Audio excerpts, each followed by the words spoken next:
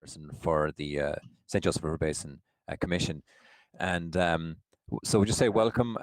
It's the third meeting of the year, 3rd September today. So we're going to have, this is our second virtual or semi-virtual at least meeting, obviously. So thanks everybody for your understanding, your cooperation as we kind of continue with these kind of the style of meetings. And we're not sure where we'll be by next December, how we'll operate. Maybe we'll decide it's better to do something, one way or the other. Matt, so I'll hand it back to you. So do we have, as regards numbers, we have a quorum and all that, Matt? Can we call it to order? I believe so. We can call it to order, Kieran. Okay. So let's call it to order. So meeting commenced. So. Okay. If I could, for my folks that are in the room, we're all seated 6 feet apart. I spoke to the Elkhart County Health Officer. We wouldn't be breaking any laws. Would anybody have a problem if I took my mask off to maybe make it a little easier for folks to hear? Do I get a thumbs up from folks in the room? Okay. I don't know if it'll help. I do want to apologize to everybody who's out there listening.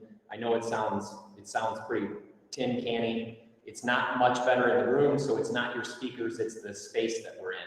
I want to thank the mayor of Goshen for allowing us to use this big space, and just let you know that he has some interest in improving it from an acoustic standpoint if this were to become our permanent home. I want to go over a couple of things here. First of all, my name is Matt Mearsman. I serve as the director of the River Basin Commission, but technically I'm an employee of the Michigan Area Council of Governments. I always like to start, before we actually get into our roll call, with the sort of who we are and why we're all here. First of all, for those maybe who are watching outside, I hope most of the folks that are part of this group know this, but the reason we're called the Basin Commission is we are interested in the area of land that drains to the St. Joe River. That's a big part of 6 counties in northern Indiana, and we were created by the Indiana General Assembly to address water quality and now as well as flooding issues in the basin. And the reason that we have to bring all these folks together is if you want to make a difference in the water quality, or you want to make a difference in terms of quantity and flooding, you got to look at what's going on in the land that drains to the water. Watershed management is the concept, and that's what brings us all together. Our primary function, our most fundamental statutory power, is around providing a forum for the discussion, study, and evaluation of water resources. These times are making it really hard to do that. I have tried really hard, and we got an item on the agenda. We're going to talk about future meetings, but again, I apologize for the acoustics and the shortcomings of this format, but we're going to make our best of it. And I want to thank everyone who's here, and kind of just go over who is on the commission and get into roll call. So I'm just sliding past that slide. I'm going to slide past these two and go into some basic meeting instructions. The 2 slides I passed by is our statutory powers and who is on the commission, but we're going to deal with that in roll call. The first thing, for those of you who are joining us virtually, really important to keep yourselves muted. And if and when you do need to speak, the chat is the best way to do it. If you can, let us know, have a question, need to make a comment, just something that short. And my friend Zach, who's with me here in the room, will make sure that we get you heard. The other thing is that you can use a phone if you are not able to communicate with us because you're at a desktop without a camera or a microphone. You can call in. There's an option if you hover over the lower right button there. Hopefully you all see the mute button. We got a lot of folks on the call, so it's going to be really important that we stay muted here. All right, so with that, I want to get into roll call, and I'm going to do it a little differently than we normally do. I'm going to kind of try and use something that we did last time. So I'm going to keep the slides up for just a second, and I'm going to ask Zach to pass me who I know is here. So I'm going to go county by county and kind of go through, starting with Elkhart County. The folks, let's see, I don't have anybody from Elkhart County in the room with me here, but I know Bill Hartsook was the first one to show up this morning virtually with the Elkhart County Health Department, and I think Dr. Mertz is here as well. So I've got 2 representatives from the Elkhart County Health Department. You can see basically our membership consists of executives from each county. You've got the executive as well as the county executive, a commissioner, mayor, and then you've got someone from the health department, somebody from soil and water, and somebody from the surveyor's office. So if there is anyone here or virtually who can communicate with us, who is from Elkhart County, who I did not mention by name, please let us know you're here.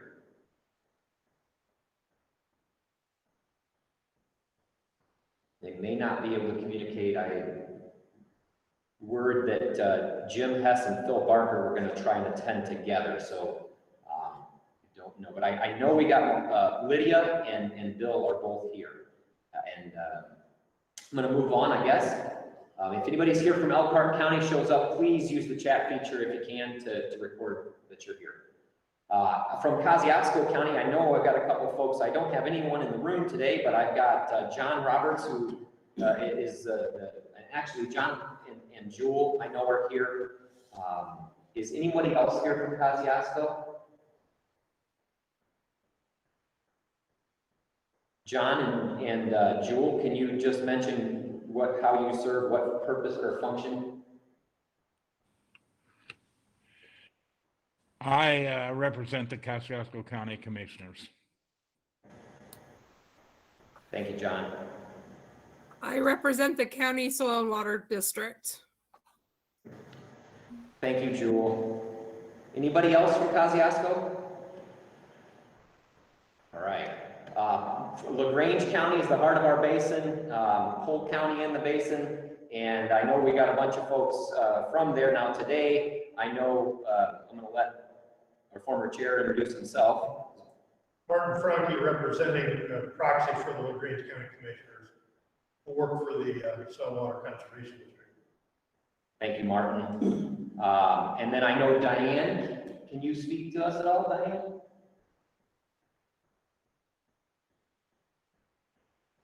Maybe. If not, a thumbs up is good enough, Diane. Diane is one of the county council, or excuse me, town council members from the town of LaGrange. Thank you for being here, Diane. Anybody else from LaGrange County? I know our folks from the surveyor's office were not able to join today. Okay, I'm going to move on. We've got Noble County. I've got in the room with me. I'll let him introduce himself. My name is Dan Leish. I am the proxy for Noble County Commissioner Anita Hess. I'm also the Vice President of the Eagle Island Homeowners Association, which is located in the West Lakes chain. Thank you, Dan. I've got a couple folks on the phone with us from Noble County. Randy, can you introduce yourself? Randy Sexton, Noble County Surveyor. Awesome. Thanks, Randy. And then Sue McGee, I can see on my screen here. Sue, can you introduce yourself?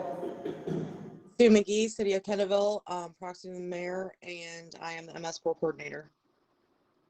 Awesome. Thank you, Sue. Anybody else here from Noble County? Okay.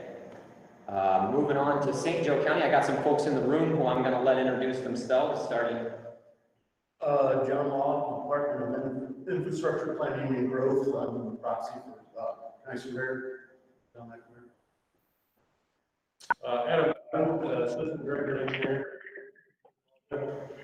proxy member for Mayor David. Thank you, Adam. Our council, Brandy Ecker, is also here in the room. You might when it panned over there. Is there anybody else? So let's see. I know I've got my chairman, Mr. Fahey. You want to introduce yourself, Kieran? Yeah. Proxy for the county commissioners. We just heard Roger for the county commissioners. Thank you, Roger. And myself, Kieran Fahey, representing City of South Bend, Mayor James Mueller. Perfect. And Mark? Mark Espick, St. Joe County Health Department, proxy to Dr. Robert Pinehurst. Thank you, Mark. And Sarah, I think, is with us today. Yes, I'm here, Sarah Longenecker, representing St. Joe County Soil and Water Conservation District. Perfect. Thank you, Sarah. Is there anyone else that I may have missed from St. Joe County? All right. Okay, last but not least, my friends from Steuben County. I know I've got a couple of you here having some computer troubles, but Chris and Terry, you want to give it a shot?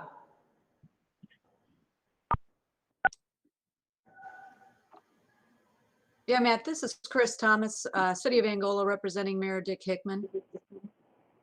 Tara Chris. Lee, Steuben County SWCD, representing Steuben County Commissioners. Janelle Meyer, Steuben County SWCD, representing SWCD. Thank you, Alicia Tara, Kennedy, Janelle. representing Dr. Ted Chrisman, Steuben County Health Department. Perfect.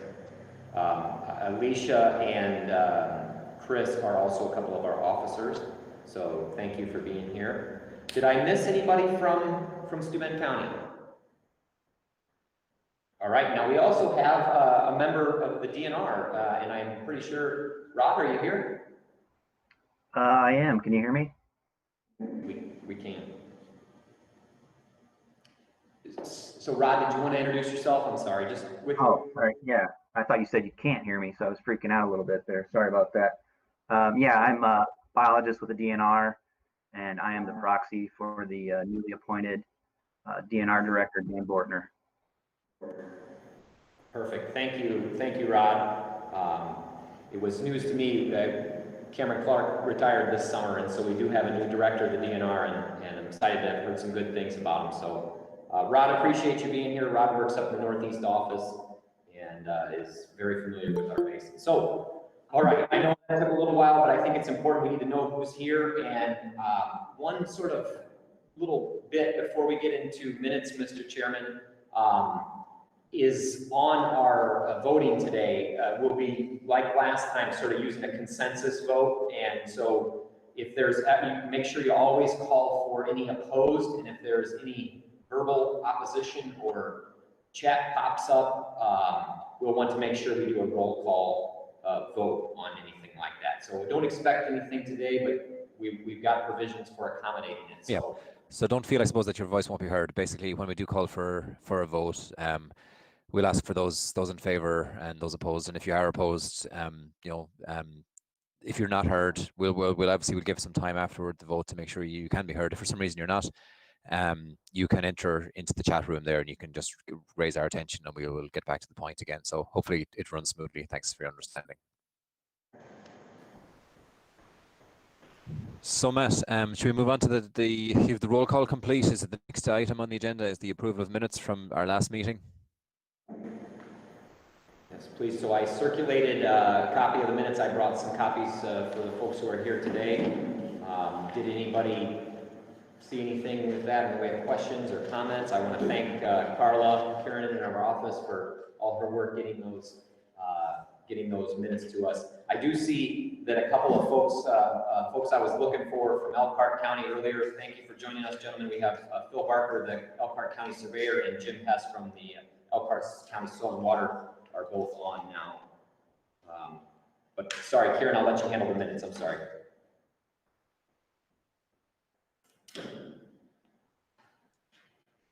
Matt, just a basic question. We have a quorum, right?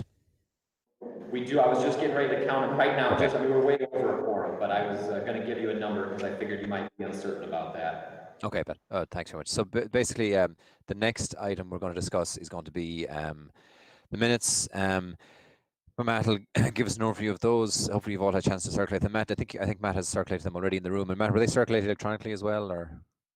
They were sent out a week ago, and I got a number for you, Karen. By my count, we have 22 members present, either in person or virtually today. So great. So we're all good. Perfect. Okay, so Matt, do you want to run through the minutes, or do you want to ask anybody if any comments or queries or concerns to raise their voice at this stage? I'd be happy to take any questions, but otherwise, Carla gets the details all in there, and it was actually available as a recording as well if anybody wanted to watch it. So we haven't had anything in the way of questions or comments, Chairman. So no questions or comments. Okay. I'll just give everybody just a minute, just in case anybody is reviewing them right now or anything, or anybody wants to make a comment.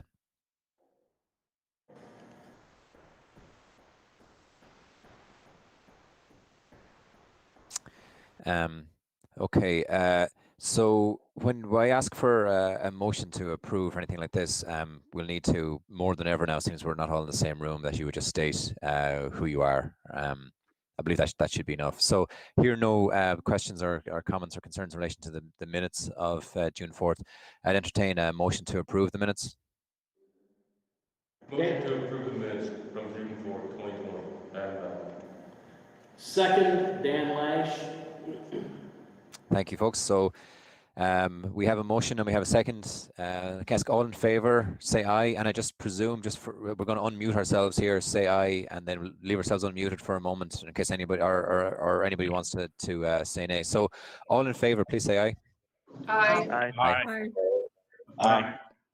All opposed? Okay. Based on that, then motion carried. Thanks, Matt. Just get back to the agenda here. Approval of minutes completed. Financial. So we have two sections under the financials: the financial report and the approval of claims. So Matt, I'll pass it back to you for the financial report. Thanks. Thank you, Kieran. This was circulated a week ago as well. I brought copies for folks in the room. So we're always reporting a quarter back, and so the statements that you're looking at are actually our fiscal year end. It ended in June, on June 30th. We ended up a fair amount different than what we had budgeted, but in the right direction in one sense. I think that the one number that I always try to call your attention to on here, I mean, you can see there's a few notes at the bottom. I'm trying to find my paper. Let's see here. One of the things I think is we had budgeted a lot of money for our planning and resource development, in particular with the North Branch of the Elkhart project, and we came in a fair amount under on that one, but that's largely due to expenses that we expected last year not coming until this fiscal year, so we are seeing those this quarter that's not being reported right now. I guess when I referred to a large difference between what we were expecting, we were budgeting for a $30,000 loss, and we actually ended up coming out $62,000 and some change ahead. That puts us in a good position going forward to do some more things. I mean, the fact is our budget year by year maybe doesn't allow us to do everything we'd like to do, but I think when we look at a few years, we can accumulate the kind of funds necessary to do a planning project like the North Branch, and so that's a good thing. Other than item F, I think I mentioned to you that our income from the state of Indiana, same as last quarter, has been restricted some due to reserve that's placed on it. We'll talk about that a little bit later with the state budget agency. But otherwise, I think we ended up coming in, we were a fair amount under on some of our special projects, and that's largely to do with, I think, need the right opportunity to really spend some of these funds. So we will get that done. Does anybody have any questions about the financial activities, essentially the profit and loss statement? If not, you're welcome to do it at the end. I'm going to roll through all three of the statements that I sent you guys. The second one is our statement of net assets. This is essentially our balance sheet. It tells us how much money we have in the bank. Not necessarily the literal bank account, because we have some checks that haven't cleared, but this is what is in our check register, if you will. The key number is total fund balance. We are up to $247,000 right now, which is probably the most reserve that the River Basin Commission has had, and given what's going on at the state level, I think will be really important for us going forward. The large number of accounts payable is essentially our cost of operating over the quarter. That is mostly, it's in fact almost all what is owed to MACOG for my salary and staff support, rent, all those kinds of things over the quarter. Does anybody have any question about the statement of net assets? The last statement that was circulated, especially at fiscal year end, is essentially a check register. It's everything that went in and out. Some items are summarized, but everything that went in and out, what I'm showing you on the screen, or will be in a second, what I'm showing you on the screen is what has come in, and that's what I wanted to highlight today. Everything that's highlighted, if you can see a screen in yellow, there's probably 1, 2, 3, 4, 5 communities, local governments who contributed in the last quarter. So everything that's highlighted in yellow are contributions since the last quarter. We also had a big influx of cash from our IU Grand Challenge grant since the last quarter. That's all new.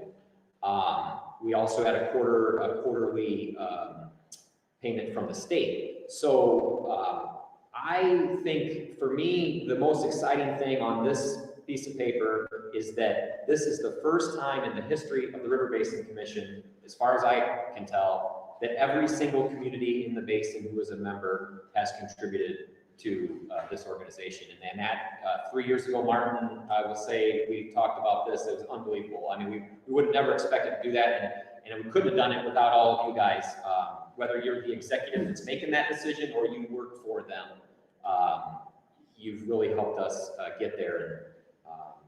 The thing you're not seeing on the screen, but everybody in the room, or if you're looking at what I sent you an email, can see is also what went out. And you'll notice that we have one uncleared check to Water Words at Work for $720. Otherwise, the number that you see as our cash balance is the same as what is on our bank statement. So if you're looking at what I sent you via email, you've got a lot more stuff to it, and we will get into some of that later, but you also have a bank statement, so you can reconcile this and a reconciliation report. So I'm going to stop there and ask if there are any questions on cash flows or any of the financial statements overall.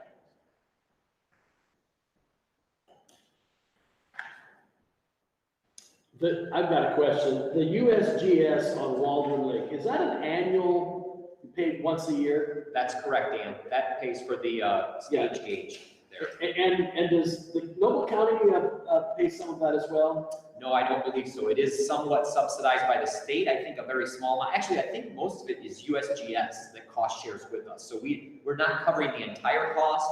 USGS is covering part of it. But at this time, I do not believe, and Randy Sexton would correct me, I don't think the county contributes to that one at this time. Well, that is very helpful as we continue to try to solve our flooding problem on the lake. That gauge is very helpful to us. Thank you. I'm sure the people of West Lakes would like to thank you for that. Thank you, Dan. Matt is correct on that in the funding. Thank you, Randy. I didn't catch that. Randy said that is correct, that the county is not funding right now. I think this important, if USGS gauges, and I talked to my friends at the Maumee River Basin Commission, I talked to my friends who are on the line with us today, who will be presenting later from Christopher Burke and IUPUI, about the water monitoring sort of piece of our strategic plan, of our special projects. Right now, this $4,000 that Dan asked about is really the only money we're spending on that right now, but we've had some proposals, we're looking at some things. Water monitoring is a very interesting thing. I mean, this stage gauge gives us a lot of information about understanding quantity issues between Cosperville and the folks up there on the lake. And it was strategic that we have those two locations to measure from, and it helps us understand a lot about quantity. It doesn't tell us a lot about quality right now. I mean, we will talk about the connection between hydrology and water quality, but what we've done in the past is chemistry monitoring, where you're going out and taking grab samples and measuring the chemistry. And then what our partners do, and one of the programs that we looked at is establishing some biological monitoring stations. And so basically one spot in each county on one of the big named streams, where every year we would sample the bugs and or the fish that live there. And the biological community can tell us a lot about the long-term health of the stream. So what we would like to see going forward is some more of those USGS gauges being sponsored, because not only are they available online in real time, but there's an officialness to them that you don't get with some of the short-term, let's fund it for a couple years and see how it goes. It doesn't tell you the story of having long-term data, and working with the USGS is one of the ways to do that.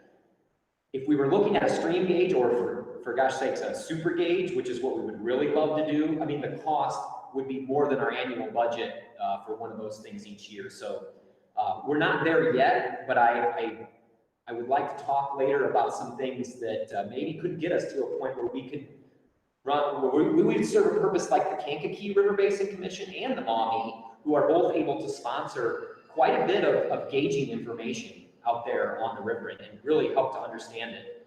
And then I think with our purpose, we would want to have a combination approach of understanding the flow, things going up and down, but then also understanding what's living in there so we understand the quality. But I lost track. Is Cosperville still active as well? Yes. And we are helping them? No. Subsidize that? We're not. Exactly. So who's paying for that? USGS. And there's a lot more information on Cosperville. But we don't need to duplicate it all. You know, all we need to know is level on the lake, and Cosperville basically has everything. Good questions, guys. So thank you for that clarification, Dan. Is there any other questions or comments on the financial statements? Nothing from me, Matt. Thanks. So, Kieran, we should approve the statements and the claims separately. So if you want to handle these. Perfect. Okay. So you asked for questions and we had a little discussion there. We didn't hear anything. So I'd entertain a motion to approve the financial report. So moved. Martin Franke. Second, Adam Bauer. We have a motion and a second. All in favor, please say aye. Aye. Aye. Aye. All opposed, say nay. Okay, Matt, that's approved. Okay, so the next thing that we deal with under financial report is our claims. Once again, we have a number of claims, a lot of them related to our North Branch project, or at least a couple of them. I would also note that we've got a claim in there for our online training that we've been hosting. This is the one that we wrapped up in July on closing the deal with rural landowners. So this is communications training. It was pretty well attended. And then we've got our 3 invoices from MACOG. The 2 related to the project, I've listed them out here. One thing I would like to note on here is that from what I sent you all via email, the invoice number on the North Branch Planning Project has changed. And for those of you who are in the room and got a hard copy, the invoice is new. And the important thing is the amount is exactly the same. The difference is that the closing date has been extended over what I would have sent to you. So we got that corrected in between when I sent things out digitally and today. But the cost is the same, the invoice number changed, and the closing date changed.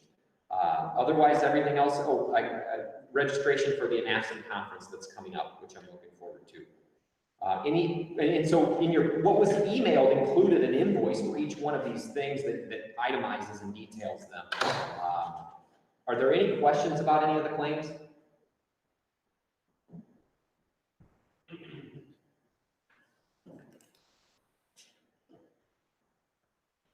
No questions, Matt.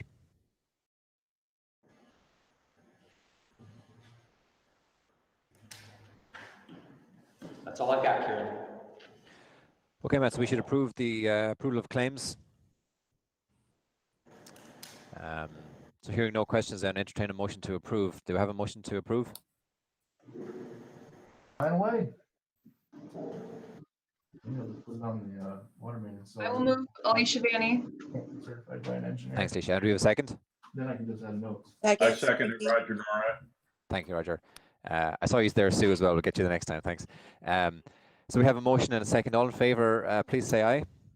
Aye. Aye. Opposed, say nay. Motion carried. Thanks, Matt. Point of order, do we have clarity on who moved and seconded? Roger Norat Was the second. was the second. Okay. Alicia Vanny was the... Thank you for clarification, Martin. And Carla will appreciate that as well, I think. Okay, Matt. Special projects. Yes, so I've crammed a lot into this slide. I'm actually going to try something here. I know the audio is terrible, and I can't get around that, but I do want to try stopping sharing my screen.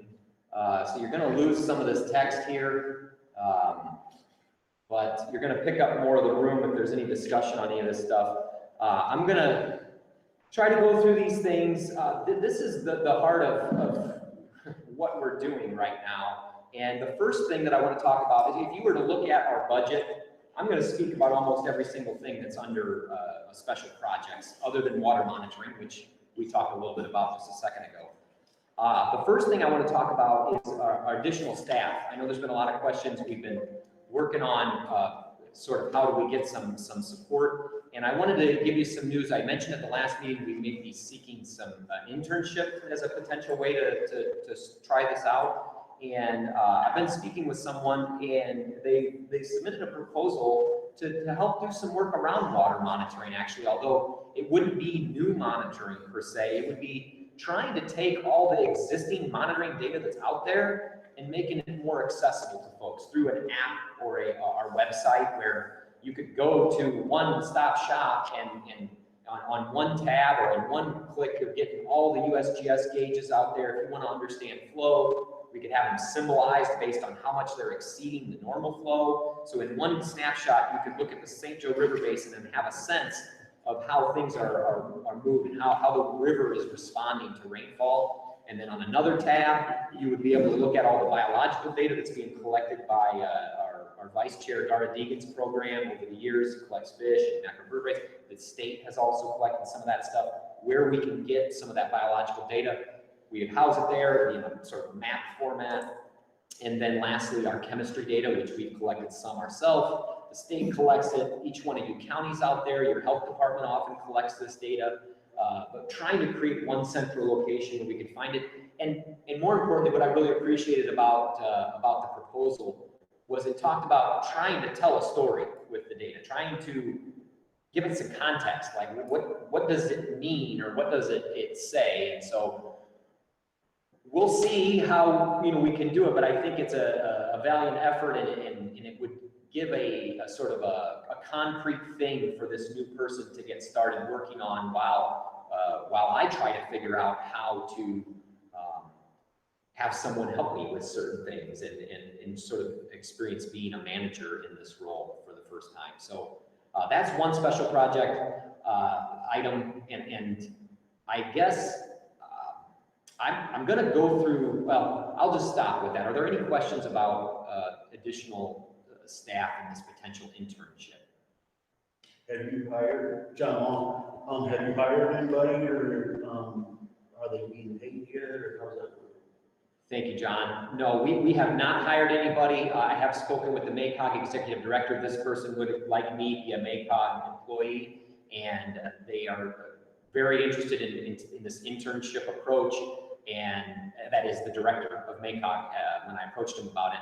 And we said we get through the meeting today, and then actually reach out to the individual who submitted us a proposal and talk to them about what the work arrangement would look like. I think at the last meeting I shared with folks that during this COVID time, like our office has kind of been in a weird state a little bit. It's hard to imagine bringing someone on. We've had to spread everybody out. We used to have cubes with lots of space where you could put someone at a workstation, no problem. That's changed a little bit. On that front, MACOG is getting closer to the expansion that we talked about, which is really going to help us. The River Basin Commission would actually have a room that would be large enough to seat 2 people at least, probably 3 under non-COVID times. So we're getting there, but I think with this internship approach, John, one of the things that we can do with it is it probably would be less time, and some of it in the way of a project like that might be able to be done remotely.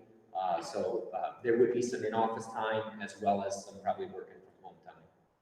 That's how we imagine it anyway, but yeah, nobody's been hired yet, but we expect it to be fall. Fall internship is what we were thinking about. Hey, Matt, you referenced that data. So we listen that GIS is a huge, I think, thing that would be, I think, ideally nice to. And maybe they kind of post that data on their server and just kind of. Yeah.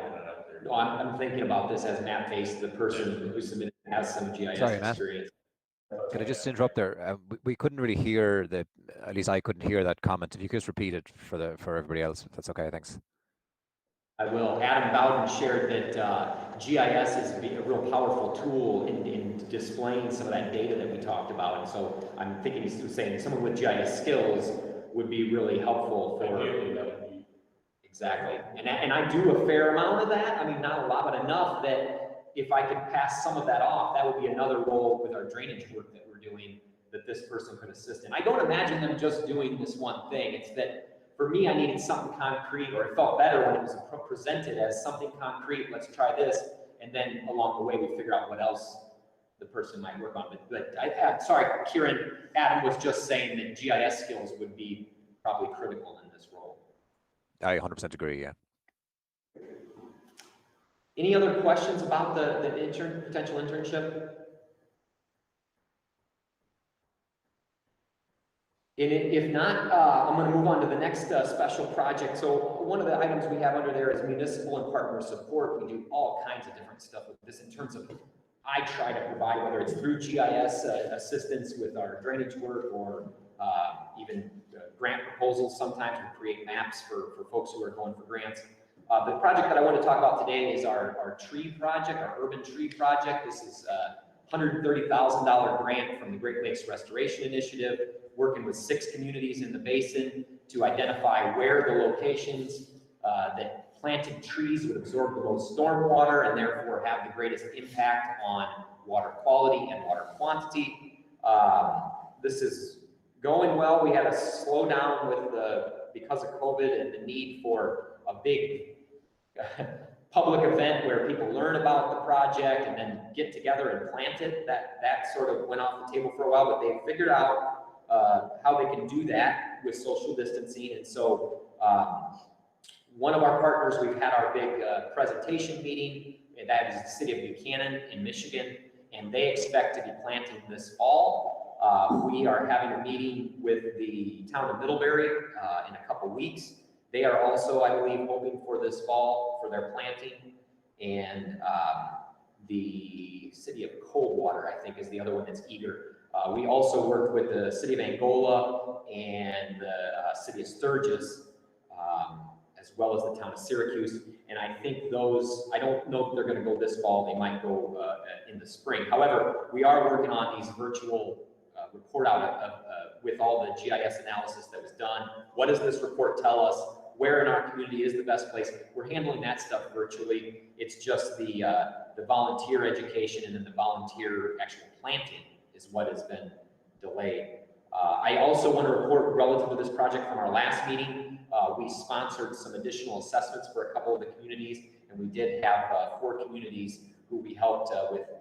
3 of them were tree canopy health analysis. Those were city of Angola, the town of Syracuse, as well as the city of Buchanan. And then we helped the city of Coldwater with a catchment basin analysis. So looking at each one of their stormwater catchment basins to identify, which one might be the most overcapacity relative to how much trees are taking up in the way of stormwater. The total cost on all 4 of those custom assessments was $3,750 that we provided in partner support. Does anybody have any questions about the tree project?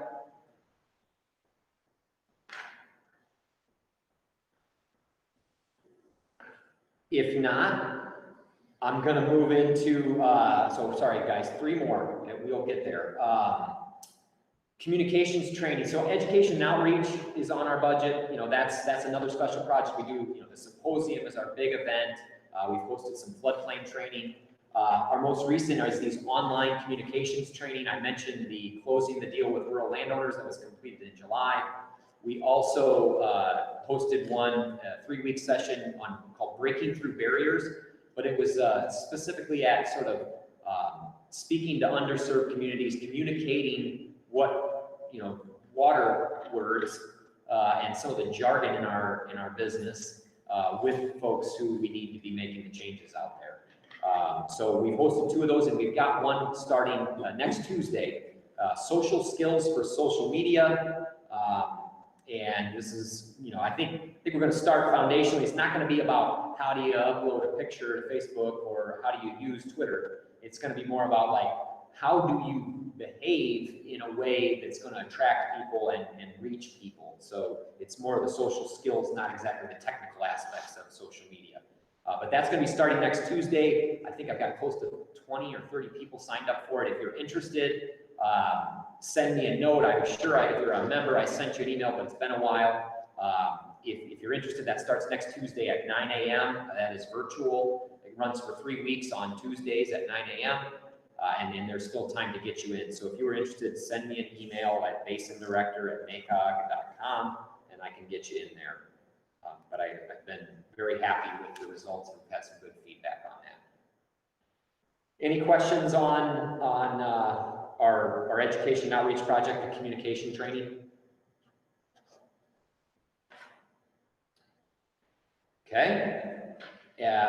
So the next one I want to talk about, we've been working on, we've always referred to it as the GLPF project. We're starting to use drainage project is more what it is. This is the work working with county surveyors and drainage boards, largely in LaGrange County so far. But I have been speaking to the folks in the other counties, Kosciuszko in particular, will be over there probably for their September drainage board meeting. I know Randy and I talked about getting back to Noble County for one of their drainage board meetings. But basically, we're looking at how the maintenance work and reconstruction, in some cases, is allocated out to the landowners who benefit from it. And in that allocation, if we can create an incentive for better behavior or less impactful land use, namely, if you're soaking more water up on your land, you're not going to pay at as high of a rate as someone who is sending all of their water to the county ditch to be maintained. So we've been working on that in LaGrange County, and recently I've had a lot of success. We did 4 watersheds recently. We'll have a public hearing in October on these. My LaGrange folks, I was hoping they could be here, but one of the things that has become clear to me on this project, and I don't know if this is unique to LaGrange County, but I'm going to be speaking to my surveyors about this. There is often some reluctance on the drainage boards, especially the drainage boards who are also county commissioners. So there's 2 different kinds of drainage boards. One type is all county commissioners. The other type of drainage board is a citizens drainage board, where you have just one county commissioner, and then you have a handful of landowners, farmers largely, but folks often who know something about drainage. They both have their advantages. But what we've sensed, especially with the county commissioner drainage boards, is that a lot of times the commissioners are reluctant to assess new fees, to levy new taxes. And the surveyors there in LaGrange kind of been throwing his hands up. I can't do this work. I'm getting asked to do this work. We're getting petitions coming in. These people want to create a drain. We need to implement some kind of financing. We have to pay for this. And the way drainage works, very little of the work ever comes out of the county general fund. I mean, it shouldn't work that way. It's an assessment that's levied on the landowners that benefit from the ditch, the ones who have land that drain to the ditch. That's who's supposed to pay for the improvements.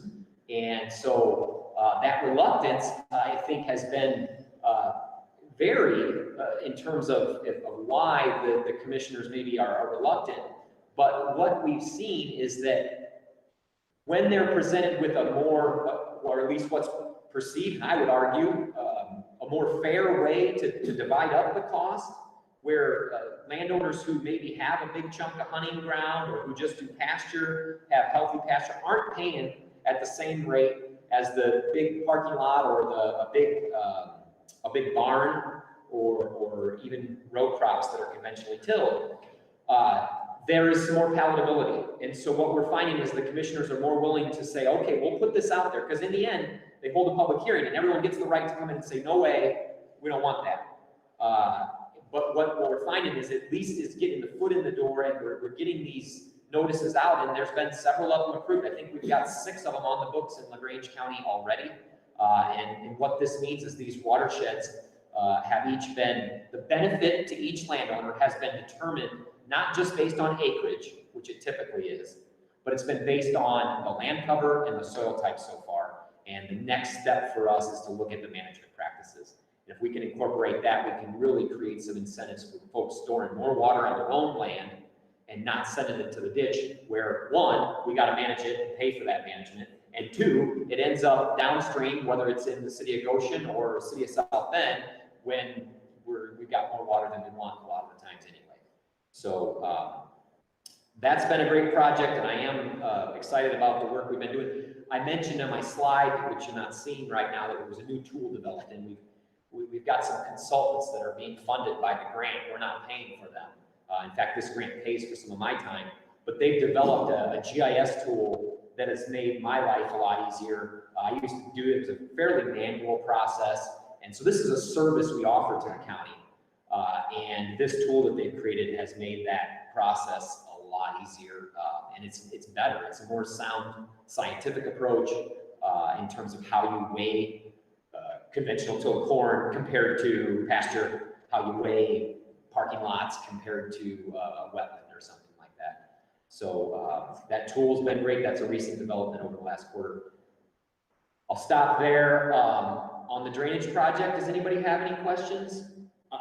I will want to talk with you after the meeting. I don't know if you know that Nancy Brown and I have been working on something similar, and I think we've got our state representative or our state senator on board with it. I'll talk with you after the meeting on what we're trying to do.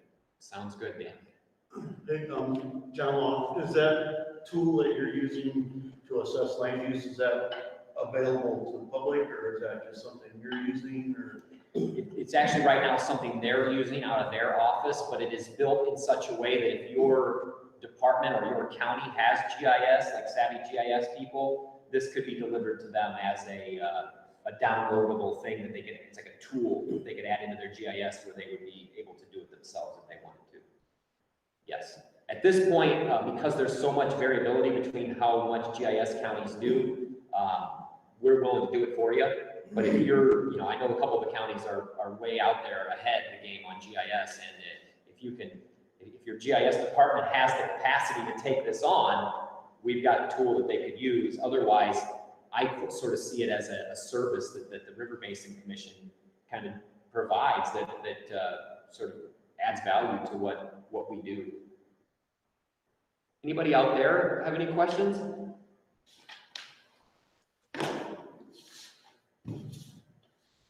All right, one more, and I'm going to try not to say too much about this one because we're going to hear a presentation about it. But planning and resource development is another big item. It's been our biggest budget item over the last year, largely because of the North Branch of the Elkhart Flood Risk Management Plan. We've got a couple folks who are going to be giving a presentation on that later. But I want to say we have a draft final report in hand, and I've had some calls with them. And I want to try and put it in my words what I think that we've learned along the way. And in some ways, it's blown my mind. And in some ways, I shouldn't be surprised because it's consistent with what they shared at the last meeting. But it's just a different way of looking at it. It's consistent with some of the things we heard from the report that was done 10, 15 years ago. But they mentioned, man, this is a resilient system. This system's actually working really well. It's doing things. And one of the ways we framed this is, I asked them, I said, okay, you're telling me the system's working right, but I go out there and I drive around and I see all these ditches. I see, conventional tillage, no cover crops. I'm seeing, new buildings, big parking lots. I see roads all over the place, straightened channels. I know there hasn't been a tremendous amount of wetland loss in this watershed, so I am aware of that. But otherwise, to my eye, I still see all of this hydrologic alteration is what I would call it. We've changed the way water moves through the system when we get big rainfall. And what I asked them, because they're telling me, oh no, this system's really healthy, it's working good. I said, okay, so if we look at that gauge at Cosperville sits on the downstream end of this watershed. There's a USGS gauge, been there a long time.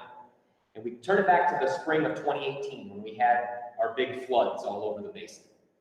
And we look at that graph over about 2 weeks and we see how it responded to the rain, how it came up, how it stayed up, and how it went down.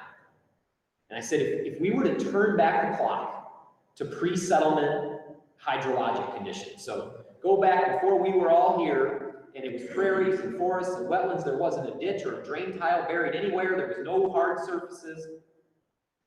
We would turn that back, but then we would still have the same rain and snow that we had in 2018, so the weather would be the same. Are you telling me that the hydrograph would look similar to what it does now? And they said, yeah. from a purely quantity standpoint, now you've got to be careful with this, because water quality wise, it'd be a lot different. But from a stage level, how high the water would be, wouldn't be much different. And I'm like, you got to be kidding me. And what they said, now be careful, because even within this one watershed, you've got what's called the middle branch, or basically for those of you who are Noble County or LaGrange maybe even would know this, but this is what comes out of Kendallville and goes into Sylvan Lake. So that arm, and they reported this at the last meeting, that one's had more alteration than some of the others, more wetland loss, more channelization. Then you got Kendallville sitting at the top end. And Kendallville's our biggest city in that watershed, a lot of impervious surface. I said, now in that watershed, if you had a gauge that was just at the end of that stream, before it gets to Sylvan Lake, and same scenario I just shared with you from Cosperville, you did it there, wouldn't look the same. It'd spike up higher, it'd go down faster, it would look noticeably different.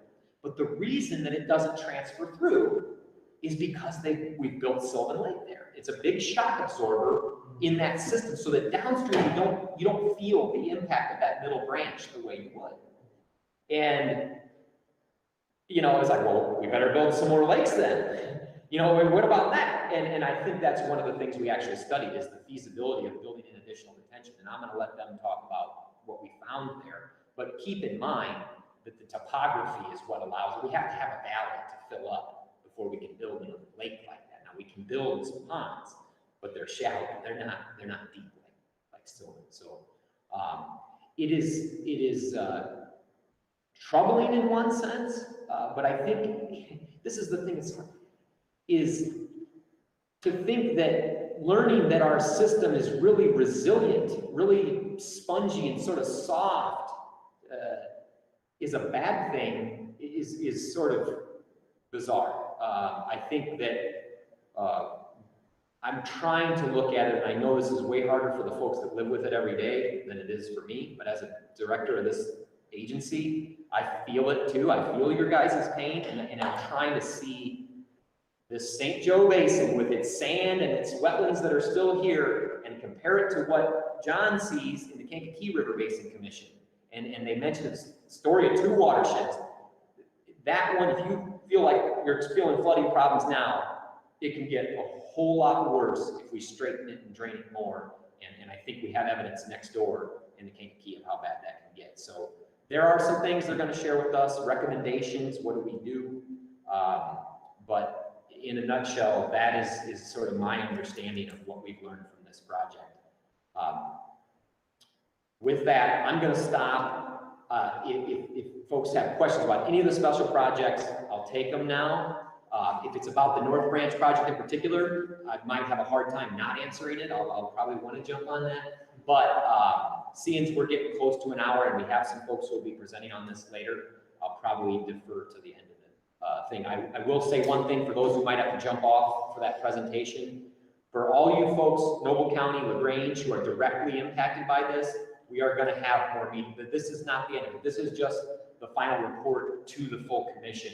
We've got some stakeholder meetings we're planning for the end of September before the draft is finalized, and we want to provide some opportunity for more direct feedback. A lot of the folks that may be watching out there have no way to communicate with us right now. So does anybody have any questions about any of the special projects?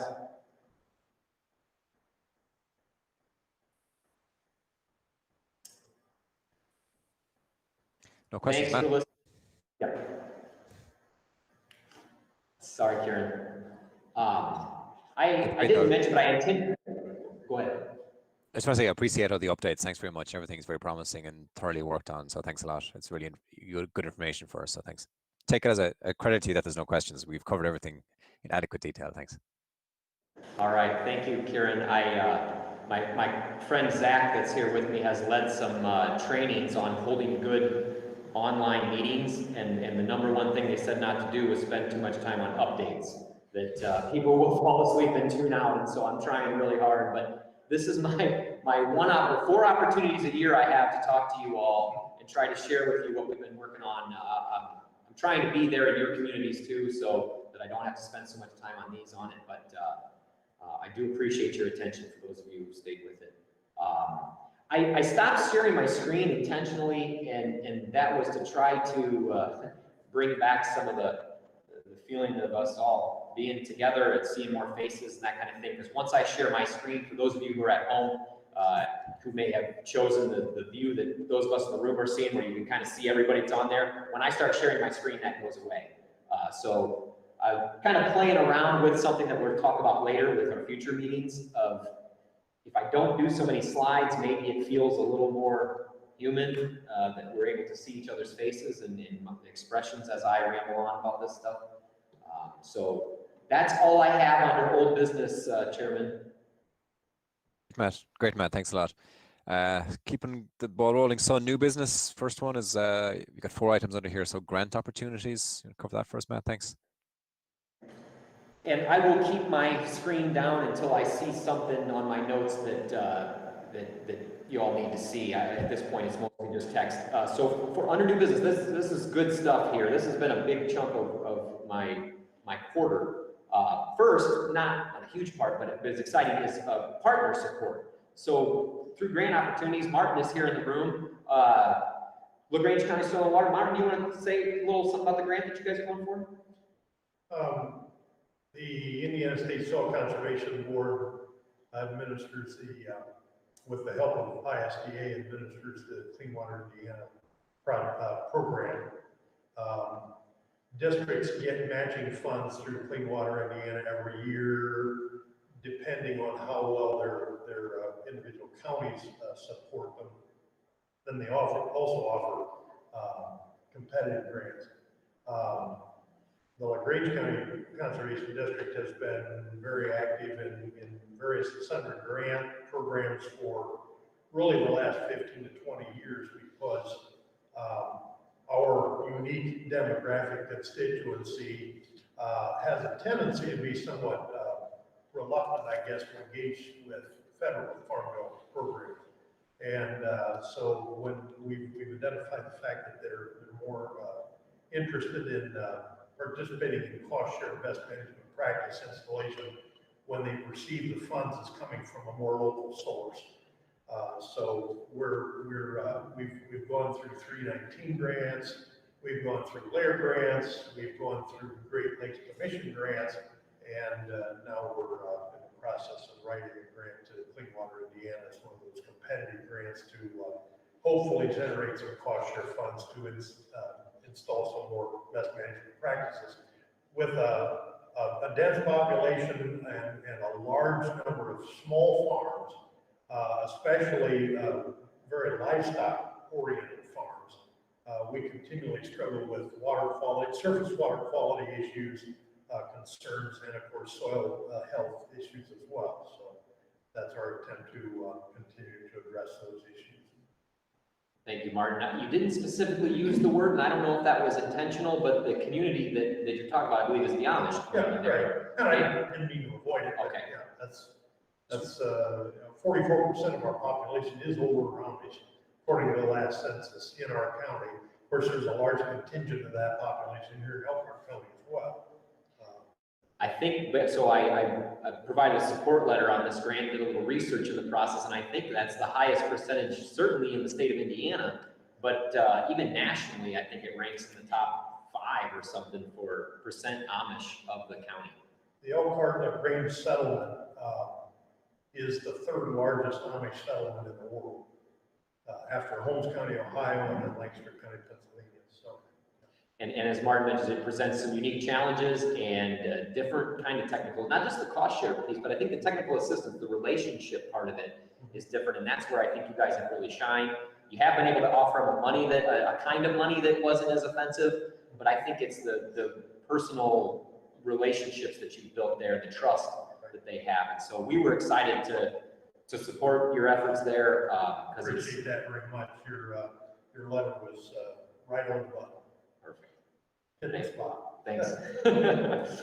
So we also had, Dan kind of alluded to this, but we have some folks in the Elkhart River watershed, namely the Elkhart River Restoration Association has kind of been the lead organizer on it, but they are applying for some 319 funds to update the Elkhart River Watershed Management Plan. plan. So this is for the entire Elkhart River, not just the North Branch, which the Elkhart River is the largest tributary to the St. Joe. It's certainly the big part of the Indiana portion of the basin. And it's getting a little dated, I think maybe 12 years old or something now, maybe even more than that. But those folks are applying for some 319 funds to start a planning project that will also have, at the end of it, an implementation component. So they'll be able to offer some cost share, ideally piggybacking on the great things that are going on in Elkhart County with the Soil and Water Conservation District and the swamp program down there, I would assume. So we provided a letter of support there, offered to be part of the steering committee and to help with some maps and some things like that to help those folks get the local match that they need. They were not fortunate to be in the same position as you guys. They were still in need of some in-kind. So we provided that for some of my time. Those were the two partner projects that I wanted to mention under grant opportunities. But the one that I've spent the most time on, I think I teased about this at the last meeting, but it was brand new. And that was a grant. We're not the lead applicant on it, but we are the customer in this case. And that is from the National Science Foundation. The workhorse is on this. The workhorse is certainly Bill Weeks from the Conservation Law Center, but our partners at Indiana University's Environmental Resilience Institute, Janet McCabe down there, and then the School of Informatics, which these are like data crunchers and to this really cool analysis. They built some models and some tools, all came together, and basically my job was to tell them what we need. What would help us do our job? And if I had to boil it down, what this thing is about, I'm going to give you right from what I sent Bill when he asked me, in a nutshell, what is this thing? And I said that the cost and value of hydrologic alteration is not well understood. And I'm already using jargon there, but I mentioned it earlier. Hydrologic alteration just simply means changing the way water moves through our system. So it could be changing the land cover. It could be changing the river itself, draining wetlands, burying tiles, paving roads, building buildings, all parts of hydrologic alteration, building reservoirs, dams, that kind of also. That's what we're talking about here. But it's not well understood, like the cost or the value of what's on the ground now or what we might like to see. And so land use changes and drainage improvement create economic gains locally while reducing storage capacity and increasing peak discharges regionally. So each one of our counties has the ability to do drainage improvement. And within the county is typically how we think about it. And we're going to dry our ground out in this watershed, and we have the right to do that. We can petition the surveyor to come out and help us do that, and that's part of our rights. Well, even within a county, we sometimes feel this is the improvements that we make in this watershed end up leading to some problems in the next one downstream. Works out real nice when it's not your county. It's more problematic when you have it going right within your own county. But the point of the river basin ordinance, when he says to us, well, what do you guys need, is something to try and understand how changes that happen in one, what does that cost and do across the whole basin? And so what we're trying to do with this thing is build a storytelling tool, some kind of a mapping or modeling effort that would allow local governments and landowners to see or quantify the cost and benefit of different scenarios. So I mentioned the question that I asked the consultants, what if we turn back the clock to the 1800s and put it all back to normal land cover? In the North Branch, the hydrographic looked very similar is what we've learned. But in the Middle Branch, it wouldn't. And so being able to kind of go around, and you might say, well, we can't turn back the clock like that anyway. But what if our model had some knobs for cover crops or different tillage practices? What if it had a knob for increasing rain gardens and drain infrastructure, two-stage ditches? What if it had a knob for the smart sewers that South Bend has installed? Each one of those knobs could have a cost associated with it. Okay, how much is it going to cost us to go for the Clean Water Indiana funds to put these kind of cover crops out there? And then what kind of gain might we expect to see? These are going to be rough estimates, but some ability to paint a picture so that as a decision maker, and you're faced with a problem, you can say, okay, engineering solutions are going to cost this much. What's that do to the hydrograph? Voluntary changes out there in the way of management, farming practices. We know it's going to cost, you know, money, whether it's through education, technical assistance, or whether it's through outright cost share, having to pay them to do the change. What kind of difference would we see at the end of the pipe? What would it look like on the hydrograph? You know, the chart that we get from flow. Or, man, it'd be really cool if we could, you know, get a lot of money on this. We might even be able to say kind of what kind of water quality changes would you see? What would the chemistry look like? How would it be different? So that's the problem I sort of presented to them is some way to communicate. And in the North Branch, I think is a good example. Like, what if we built a bypass channel? What if we did cover crops across the whole watershed? What would we see? Like, what would it look like under? And then the other thing we could change, and this is the elephant in the room, and the guys will talk about it later, but that is, what's the climate thrown at us? What are we getting in the way of water input? Because we can improve the ability to soak it in, but if we're getting 2 times as much water thrown at us, you know, that's the good Lord. We can't change that other than long-term and air climate, you know, so say we can't change that. It can't change that tomorrow. And so what does that look like as we throw different climate scenarios at it? So that's the tool in a nutshell. It's a 2-phase grant. We submitted this one, and I think it's only like $50,000 to begin with. So that'll be maybe enough to do 1 or 2 small watersheds as an example, and probably won't have all the knobs I mentioned, just some simple ones. But then if that looks favorable, if it looks like there could be some value in that, we go for bigger money. I don't know what the total bill would be able to tell me, but it's a lot more than $50,000 to try and develop something at a bigger scale and or with more ability to tune it into the kinds of things that decision makers face. Getting homes out of the floodplain or different kinds of planning or zoning regulations that could be applied. What's the cost of that? Because those homes, it costs a lot of money to move them up or move them out. I mean, so anyway, that's been the big project that I've been working on over the quarter. We got that submitted, I think it was late July, early August, and I can't thank Bill and the partners enough on that, and keep our fingers crossed that something comes through. And we didn't even have to put in any local match on that one. That was all from them. So that's my grant opportunity spiel. Does anyone have any questions about any of those things that were mentioned?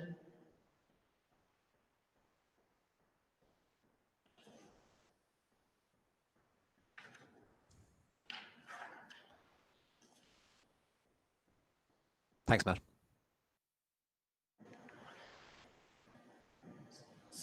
So should I move into the next item, Chairman? Yeah, please do. Thanks, Al. Okay, so this is a little bit of jargon. Kieran was teasing me about the biennial. Those who are state agency folks, this is a word we're very familiar with. The state of Indiana does a budget every 2 years. They call it the biennial budget. And so, New word for me. Exactly. And this has been a new world for me, getting into this stuff. I think we talked about at our last meeting, the reserve that was placed on our budget, our base budget amount, went up dramatically because of the impact of COVID. And that was on our FY21. So this year's money we get from the state, we expected it originally to be about $105,000. And they said, whoa, we're not going to get the kind of revenue that we thought. We're going to cut that back by 15% and hold on to that 15%. So we had to go back to like, okay, how do we do what we do on 85,000 for this year? And we budgeted accordingly. Okay, well, when they first started reaching out to me about this, oh, hey, we're working on the FY22-23 budget, and they were using jargon with me, but it was like that it was going to be reduced by 15%. I thought, oh, that's the same 15% we already felt, so okay, yeah, that's not a real big surprise. But then I got clarification on it. No, yeah. So just as a coincidence, the number was 15%. The governor has said across the board, all these state agencies, we're going to cut you by 15% for your base amount. And then if these conditions remain, we would still be getting another 15% reserve put on that. So I did the math here. I mean, our base amount goes down by 16,000, but our net, we ended up with a $32,000 loss when we just got done fighting for a $50,000 increase. So we'd essentially be almost back to where we were before our statute change.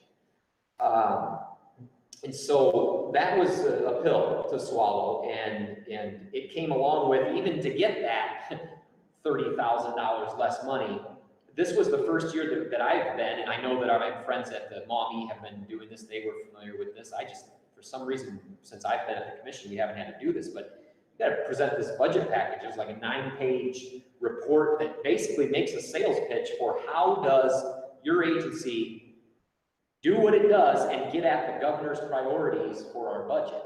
And so I've been working on that big administrative quarter for me, preparing this document, and then in addition to just to get the what would it be, $60,000 or whatever, I've prepared a what's called a change package request. And this is what we did 2 years ago or a year and a half ago to get our increase from 50,000 to 100,000. But basically, we put in a say, hey, we know this has been applied, but we're saying we need to stay at 105,000 as our base amount. And so you have to answer a whole nother questionnaire that says why, what is, what's the advantage of this? And the big case that I made, I was fortunate, the slide that you all are not seeing kind of shows the pillars of the governor's next level approach. And right in it, it talks about infrastructure, and in particular water infrastructure, and the work that we're trying to do on drainage improvements gets at that. And then he had an arm under water quality in particular. So was able to appeal to those elements of the existing budget. And then what the budget agency cared about is leverage. And so the argument that I made is that these grant dollars we're bringing in, whether it be from the GLPF project, the GLRI project, the civic grant, all these grant funds require that we're putting something in typically. Our ability to go for a FEMA grant down the road is going to require us having match to be able to contribute to it. So, and then really I even make a case with our local money. And so when I go around talking to the counties, asking them for their appropriation each year, one of the things that I've been able to tell them is your money is going to be leveraged 2 to 1. We're raising about 60,000 locally, but we're bringing in 105 from the state. And so every dollar that you contribute, you have access to potentially $2, close to it, of return. And so that ability to make that case, I think, is what has allowed us to get that appropriation from every single community for the first time in our history, is that finally we have some state money to say, okay, we've got money to help you in your community. So if we lose that money from the state, I'm afraid that our local communities might say, well, I don't know if there's anything in it for us. I don't know if we should keep giving you those funds. So I made that leverage case that these dollars will come back to the state. So that's my biennium change request, sad song, I guess. But last time it worked, and I'm hopeful about it. I mean, relative to the other agencies, our ask is tiny. Our ask is tiny, and if worse comes to worse, I feel like we have a good relationship with our legislators. Just on a call with 3 of them this week about something unrelated. But if it came to that, I think we could make our case that for the small amount we're talking about, we can get there. So that's all I have on that item. Does anybody have any questions on the change request, the biennium budget?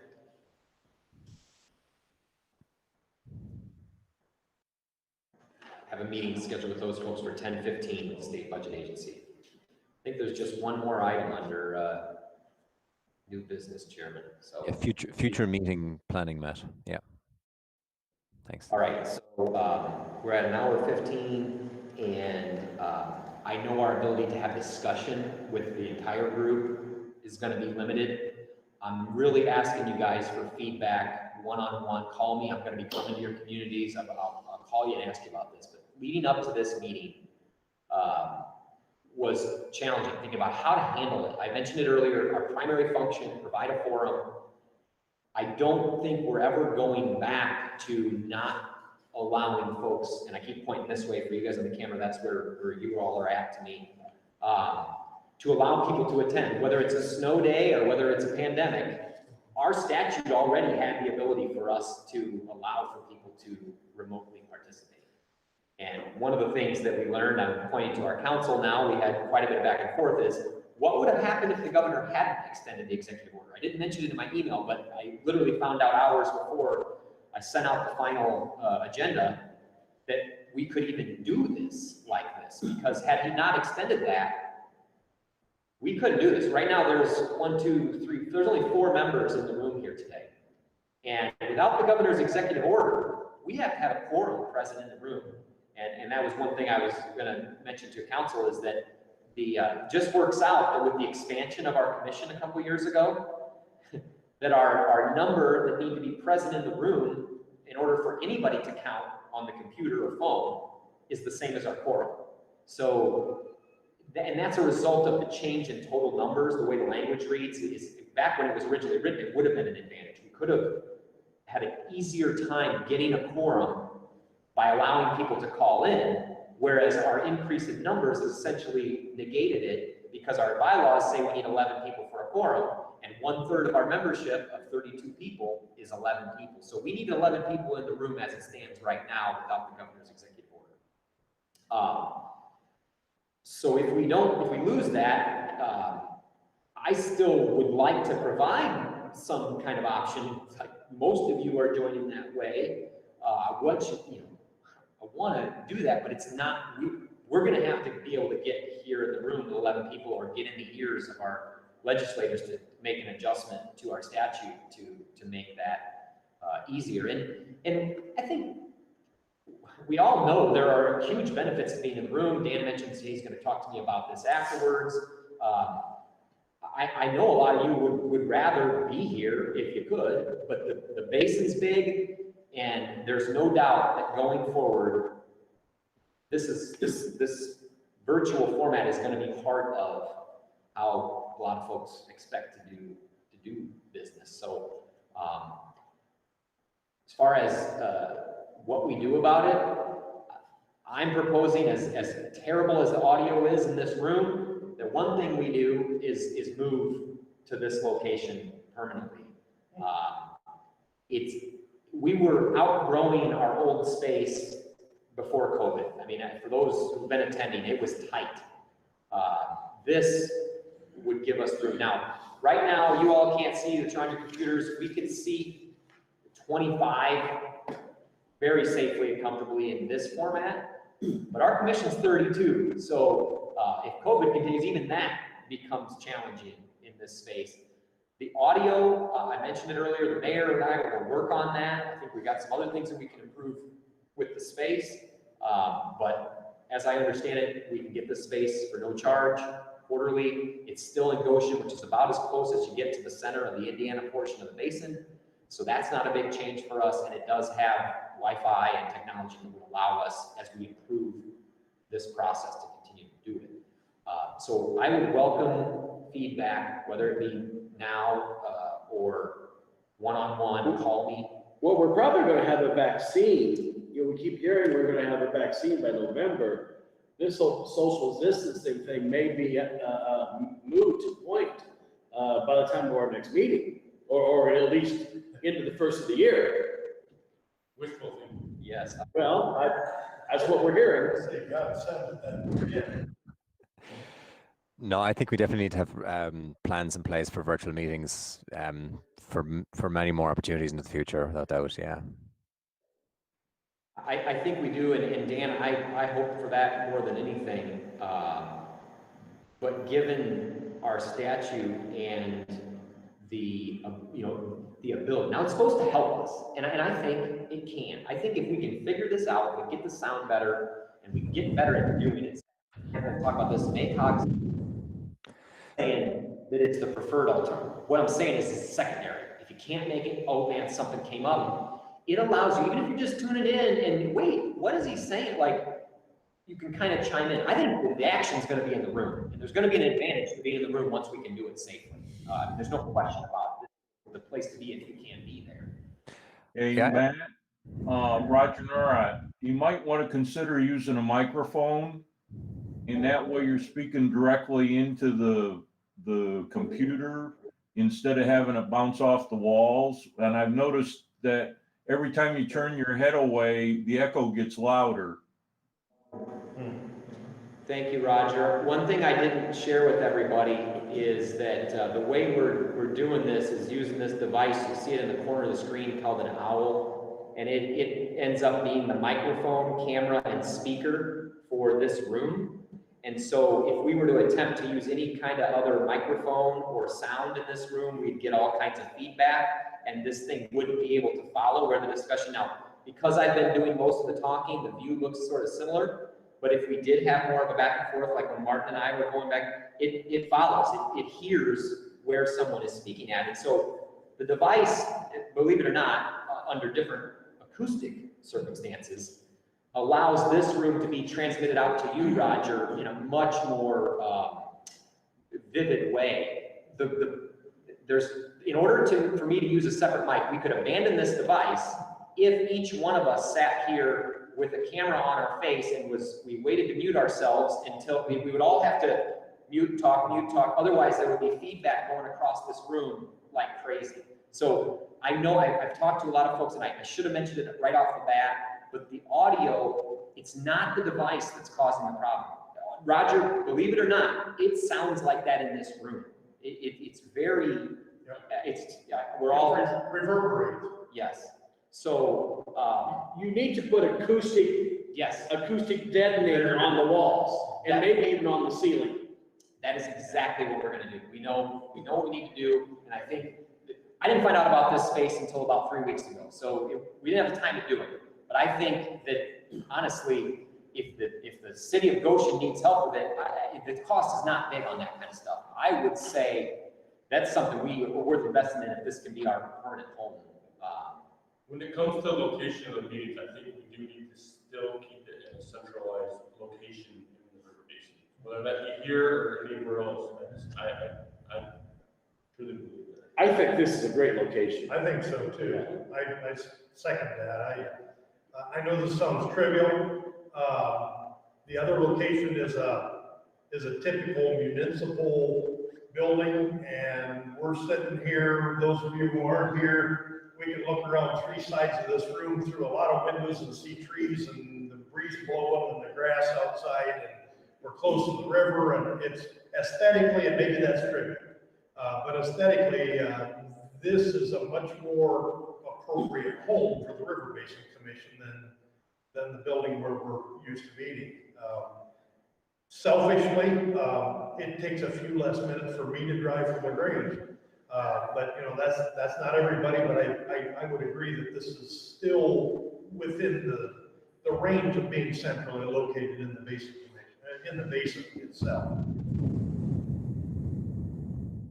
I think that for those of you folks that are tuning in virtually, you're getting the worst of it. Like you're saying, I don't know about these guys sitting in the room. And what I'm telling you is, I promise, the biggest problem with this thing can be solved. That's the acoustics. We can fix that. But the things that Martin brings up, and the fact, Dan may be wishful thinking, but the fact is we all want it. I mean, not all, I can't speak for everybody, but I know a lot of people who I've talked to who want to be in this room if they can do it safely. And so eventually, the virtual piece, I still think we can incorporate it, but it's going to get less and less important. The action is going to be here in this room. And it's not that you're not welcome or we don't want you to come virtually. I do. We need you here. But we can fix the acoustics. Regarding that, I'm reminded of two business items that I want to get to before we end this thing, and they're about money, folks. One is, if there is an opportunity to assist the city of Goshen with acoustics in this room, we have a partner support line item, $1,000 in it. I would like to see if I could have authorization to cost share with the city of Goshen up to, say, $2,500 for acoustic improvement, provided we can stay here for a few years, let's say, at this location. Are you looking for a motion? I would be. You want one right now? I think it's something we need to table and discuss in the future, guys. I think that's I don't know. I mean, like virtual meetings definitely, even for the factor of like it's a big commission. People on the roads, even from a road safety point of view, we got to have something central, and we've got to have a virtual option. But the idea of doing building repairs to something like this, I think I'd like to discuss it at another time. I think we're probably put on the agenda for the next meeting. We'll all have a time to discuss it or think about it between now and then. I don't think it's appropriate to do a motion on that now. Matt, what do you think? You okay with that? One of the things that I used to do before I retired is I was an audio engineer. And I think the acoustic insulation you need is around the block for part of this room. And you probably spray it on, and I don't think that would be that expensive. Then see how that works, and if you need more, you probably want to do something with the ceilings, but mainly the block walls that go up like 10 feet.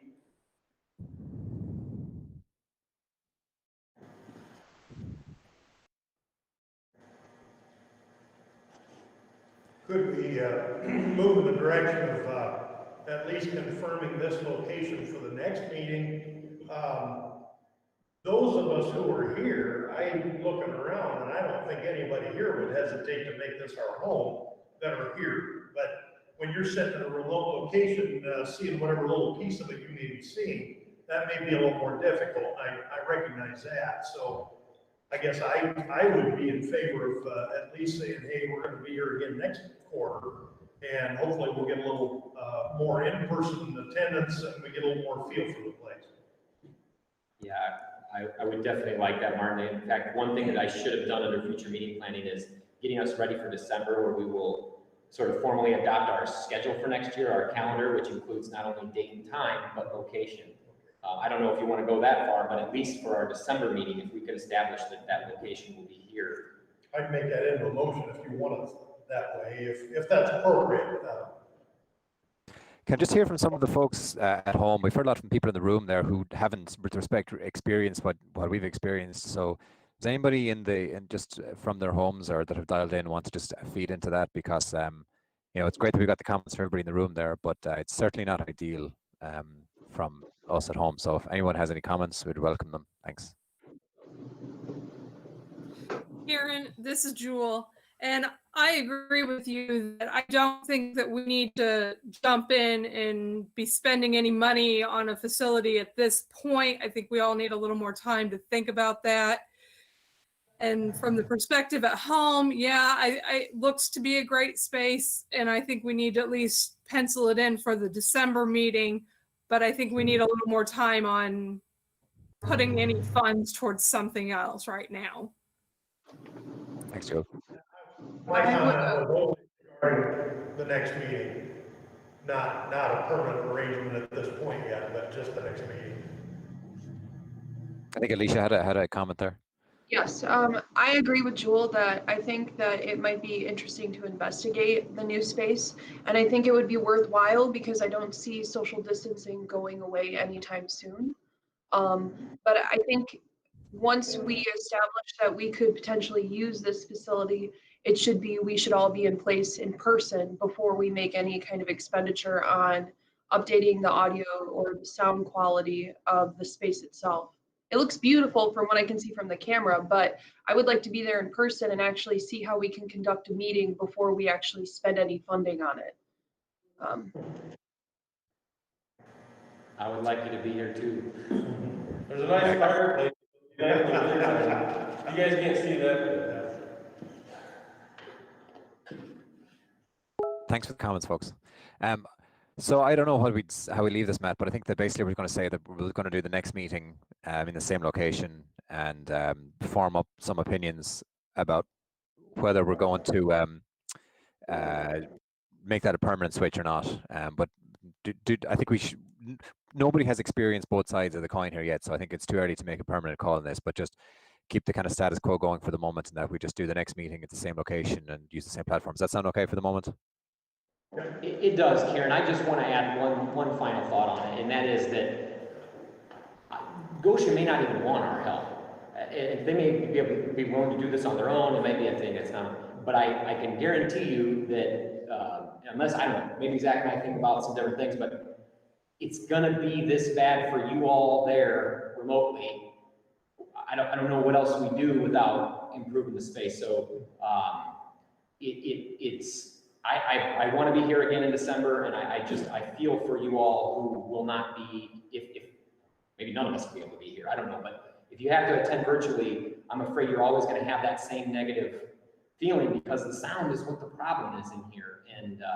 And one last thing, and this is no pressure, I don't mind waiting. The mayor probably doesn't even, he's been so generous. This device that we're using is, you may think it's not great because it sounds bad. This thing is pretty slick. It's a $1,000 piece of equipment that he let me come and pick up this morning and use here. He might say, don't worry about it. We're going to take care of this. I gotta give credit to Goshen. They have been contributing more than most communities for as long as I've been at this commission, and they don't even have a seat on this commission yet. So they pay as though they're a member, and they don't. And we've never given a dime back to the city of Goshen. I think the number is $26,000 a year that they give us. And I'm just putting that out there.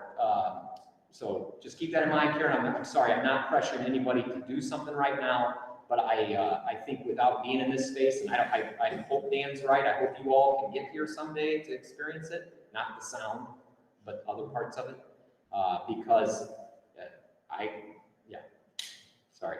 It's certainly a better option than the tent outside we were talking about. Yeah.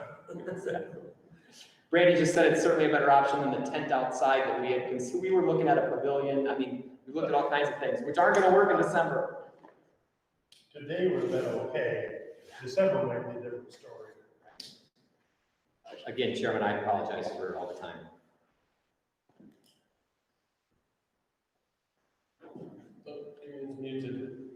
Oh, Kieran, you're muted. Thanks. I think thanks to everybody for their comments on that, especially to get them from both sides, internally and externally in the building there. Yeah, let's. I don't know how to leave this at the moment, but if you have any opinions and you want to follow up with, feel free to do that or post something in the comment section. But otherwise, I say we just leave as we are for the moment. Pat. Other than having a better alternative, we'll do the next meeting in the same location if everybody's happy with that.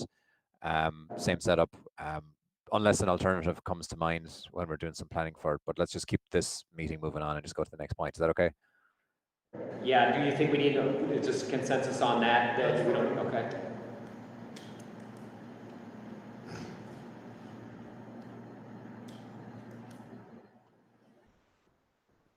So I'm at the next point then. Are we, do you want to move to other business updates, commission members? Is that the last one in that new business section? Yep. Great. So is this just where we'd ask for anybody, whether they're, so the commission members either in the room or at home, if you wanted to, if you had any updates that are relevant to the commission, just feel free to take the floor now.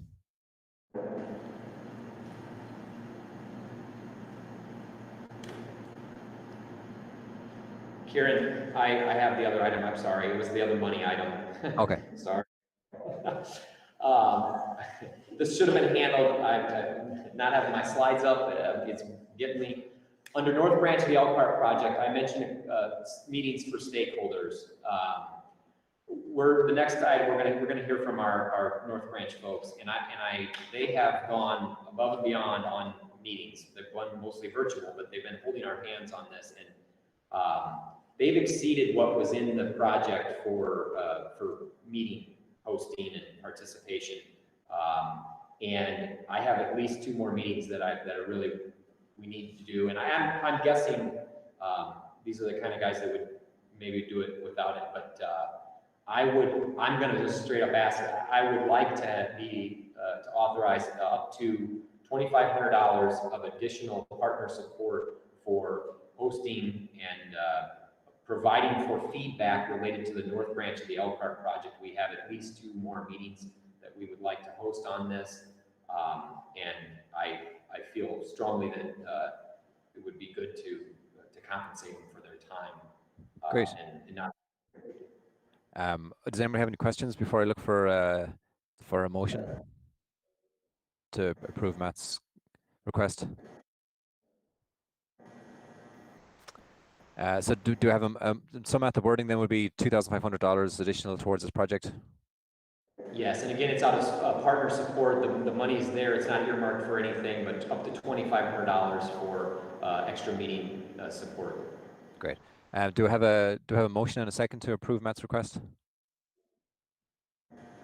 John Law, make that motion. Second, Adam Bowden. Thanks, folks. Hearing a motion and a second, then can I ask all in favor of that? So please say aye. Aye. Aye. All opposed, please say nay. Okay, motion carried. Thanks, Matt. Thank you all. Sorry. So just checking the agenda here, Matt. Looking back to, is that everything? Oh, we need to do we kind of covered the commission updates. I'm not sure if everybody felt like they had an opportunity there. We tracked back a little bit. So does any commission member have an update that they feel like they'd like the floor to present it on?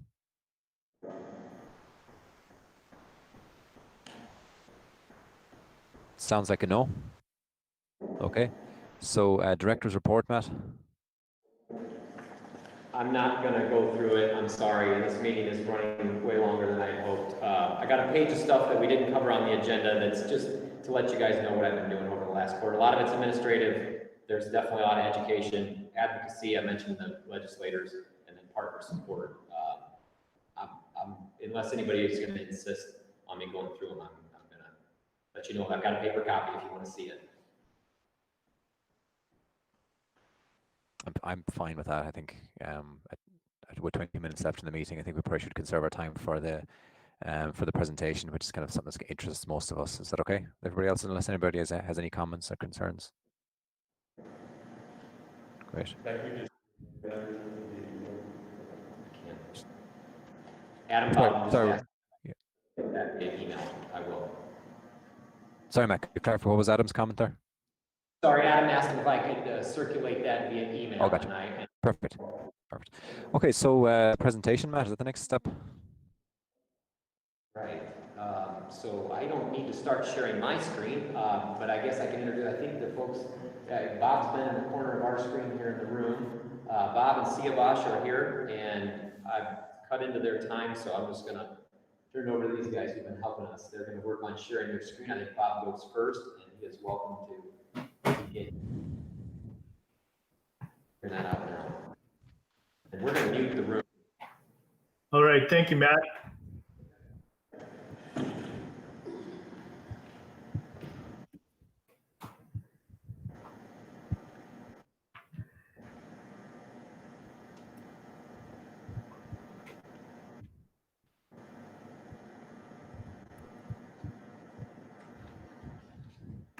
So you might find this hard to believe. We actually practiced this before we went in.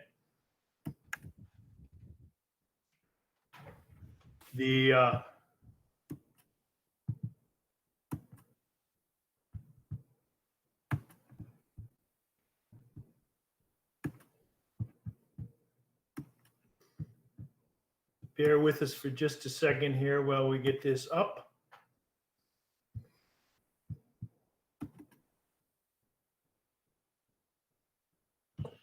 And as Bob is pulling this up, this is Siavash Baik with Burke Engineering. It's a pleasure to be here again as Bob pulling the PowerPoint presentation. I was going to say that, what you're going to see in this presentation today will be a summary of our, we did the summary of our findings in the last meeting, and this one would be more just a brief overview of what we found, and then we'll go to recommendations section. And so this project is, a scope of work was to diagnose, understand the system, have strategies that may be helpful.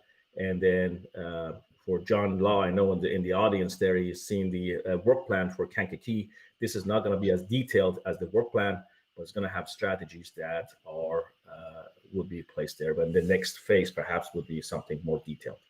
But Bob, go ahead, please. Thank you, Siavash. Thank you for the introduction, Matt. Pleasure to be here again today. This is an update, final presentation of what we've been doing for you now for some time.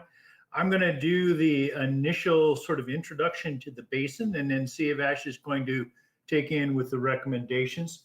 In the interests of time, I will try to get through my portion of this a little bit quickly. Most of you have seen this before. So what we're going to cover today is we're going to do a brief look at the watershed and geology, a look at a little bit of an overview of what we did with the site assessment, and then CFS is going to pick up with some analyses, a summary of the findings, and then the recommendations, and then we'll be eager to take any questions that you might have. To remind you, what we have done primarily is to focus on the main stem Elkhart River. So, and we started back in the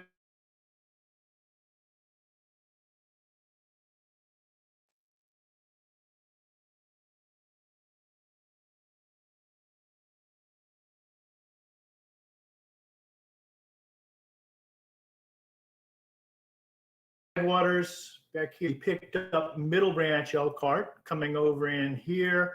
You can see Kendallville over here, Wolcottville up here, and Rome City in this area, to try to understand the dynamics across this watershed. It's about 46 river miles through the main stem of the North Branch. Drainage area is about 163 square miles. And our charge was to understand how this basin was functioning. How was it working? Were we seeing a lot of disturbance, a lot of erosion? And we talked to you last time about the fact that this basin is unique and that it is a lake chain.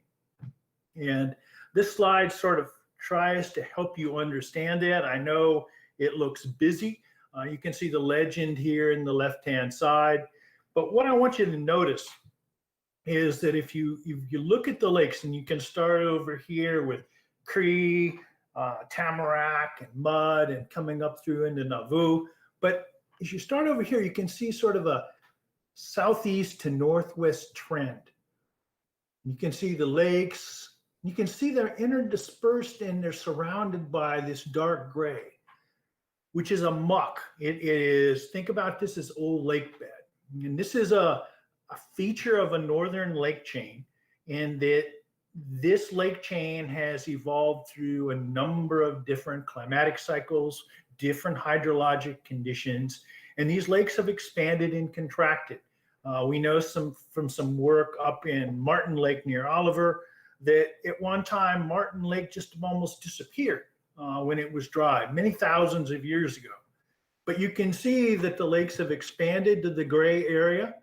And that's what they could potentially do. Now, as these rivers flow through these, the rivers are moving down through this, but this system is not runoff driven. And that's one of the things we talked a little bit about last time. About 80% or more of the flow in this system is groundwater. So this system is more of a long linear wetland than a runoff driven river system like you may have seen. It may help to look just closely at a portion of the West Lakes area. You can see Eagle Island here in the center.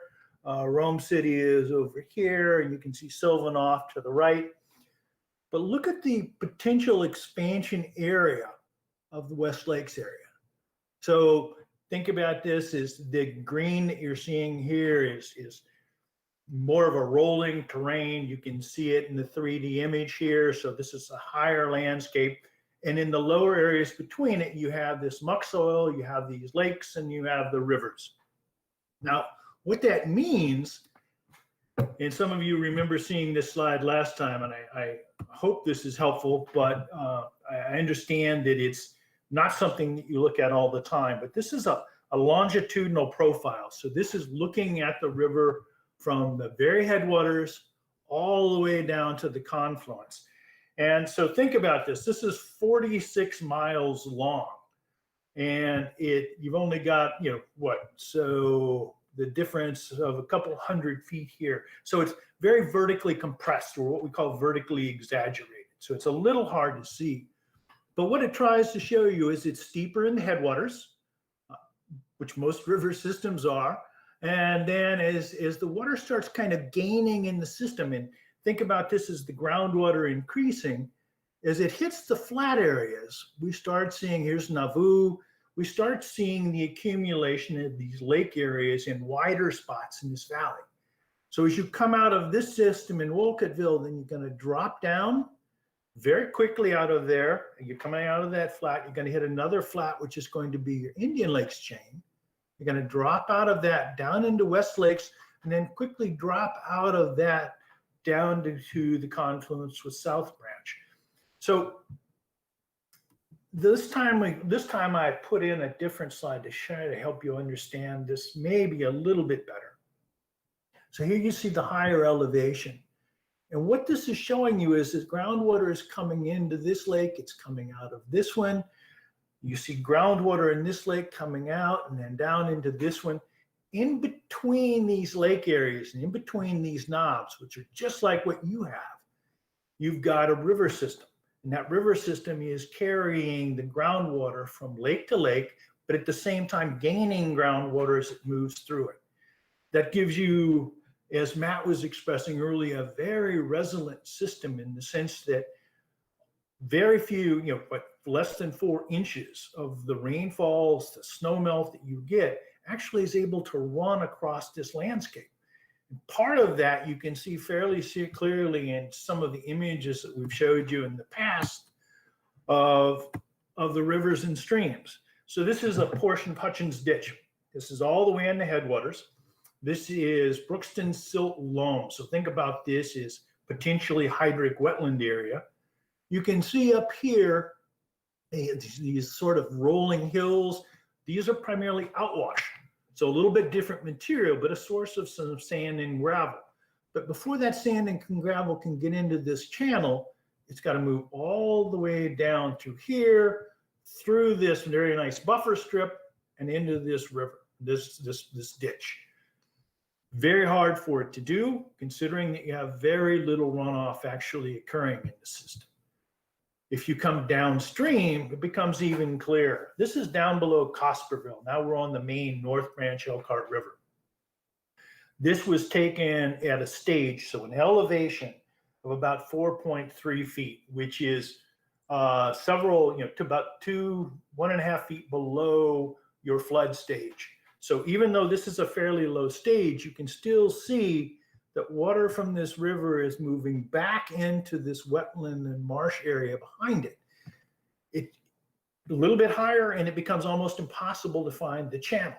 And that's because the connection between the groundwater in this channel and the groundwater out here is right at the same surface elevation. Everywhere along this river, you have 800 to 3,000 feet of marsh, muck, wetland around this main corridor. Now, North Branch looks like that. South Branch or Middle Branch is a different story, particularly in the Kendallville area where the headwaters have been highly modified.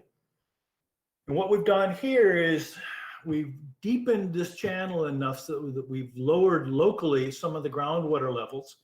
With that, you start getting this bank instability. You can see the scalloping that's all up and down through here. And it's going to look pretty much like this in the Henderson Lake ditch area all the way until Sylvan Lake.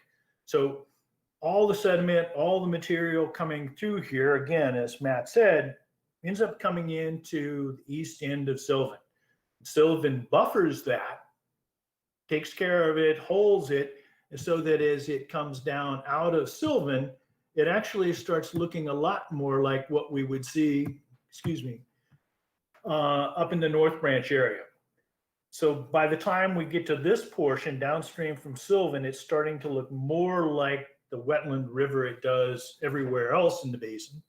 And you can see a very close connection again between what would be the floodplain. In most areas here, it's just an extension of the wetland. And you can see the main stem here of the Middle Branch coming down through it. It gives you a highly resilient, very dynamic system that is going to have to be carefully managed. And Siavash is going to tell you a little bit more about how you can do that as we go forward. Siavash? Okay, if you start presenting, I will start sharing and you can start taking over. All right, I'll try this in my turn now to more through this, but I think, as you said, we exercise this and hopefully are able to do this. Okay. Let me see here. Share. Okay. Can you guys see my screen? Good. All right. So in terms of analysis, I don't want to repeat necessarily everything we indicated last session. So I'll be brief but I'll repeat a couple of important points here so that make sure that we're on the same page. And one thing that it makes this system what we call resilient. One of the major aspects is the presence of these big lakes, and these lakes are working like when you are familiar with the detention ponds that we construct manually, but these are basically act the same way. The groundwater, surface water comes to this area, particularly the surface water, and they get normalized and attenuated. So you can see. Let me bring my cursor here and just a second here. Get my laser pointer. So as you can see here, for instance, in Oliver Lake, you have this dashed line here is the inflow, and we're showing the discharge out of the system, and you can see that is attenuated into a smaller value as it goes through the lake. Same thing happens as you go downstream. This is the Indian Lake system, but note that you have a larger hydrograph. Of course, there's more flow now accumulated, both groundwater and surface water coming down, and then you have this attenuation, but also longer duration, as you go on. You get from the Sylvan coming in and finally get West Lakes, and so you can see as we go downstream that our peaks are larger. We still are able to cumulatively attenuate a lot of this pulse of flood wave, and that where is that water that now you see this difference between this water? Where is that water? That water is stored into our lake system, and then slowly releases out, and with the longer duration. In this particular graph, by the way, I mentioned it last time as well. In the West Lake, you see we have two outflow hydrographs, and that's why in the prompting of the stakeholders, we looked at two seasons, looked at how the outflow from the lake would look like during different seasons. So during the growing season, seems like less water is leaving the system, which means that elevations will be higher in the lakes. But however, the difference, this is a discharge, but difference in terms of elevations is very little, 2-3 inches at most for a flood, and then and the timing also doesn't seem to be changing that much in just a couple of days. But we'll can discuss that a little bit later as we go on. We also discussed last particular time that yes, you're not dreaming. The lake level seemed to be higher than legal level, and most recently you've seen in these large ones in 2018 it was mentioned there was a large period of time where the lake levels were high. This particular graph shows the Waldron Lake. We have long-term data there, and you can see the 10-year moving average of the lake levels in the Waldron Lake, and that's definitely we're seeing an uptick in terms of a number of days that you have this water level high, and we attribute this to the rainfall episodes that you're getting. And of course, everybody knows in 2018 we had a lot of rainfall, and then you can see from this graph that which was done by Purdue University for a climate center for entire Indiana. You can see that this is very consistent in terms of trend. That means that the number of days we are getting this higher rainfalls is increasing. So what this lake is doing, just absorbing that and showing that same lake level going high, because that's the storage area. But what goes downstream is basically is not necessarily changing a lot in terms of average daily volume, because the system absorbs many of that. We also talked about the, of course, so if the system is healthy, everything is working, why are we having this kind of a flooding areas? And I noted that if you look at the entire basin, this is, I'm just showing the North Branch right now. These are the floodplains, or Bob pointed those combination of those muck areas and the lakes that, calculated based on 1% chance floodplain, the 100-year floodplain.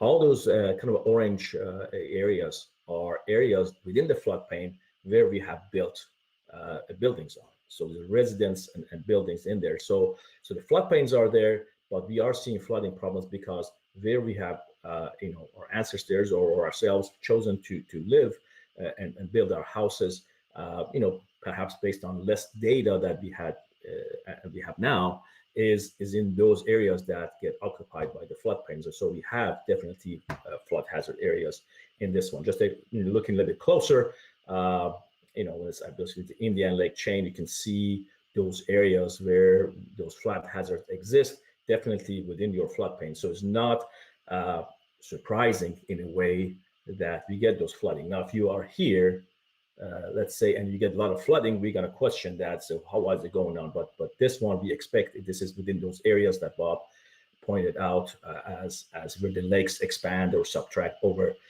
period of time in the 1,000 years or whatever it is. This lake level, as hydrologic condition changes, those lake level changes and occupies those areas. So that's something that, of course, continues to happen.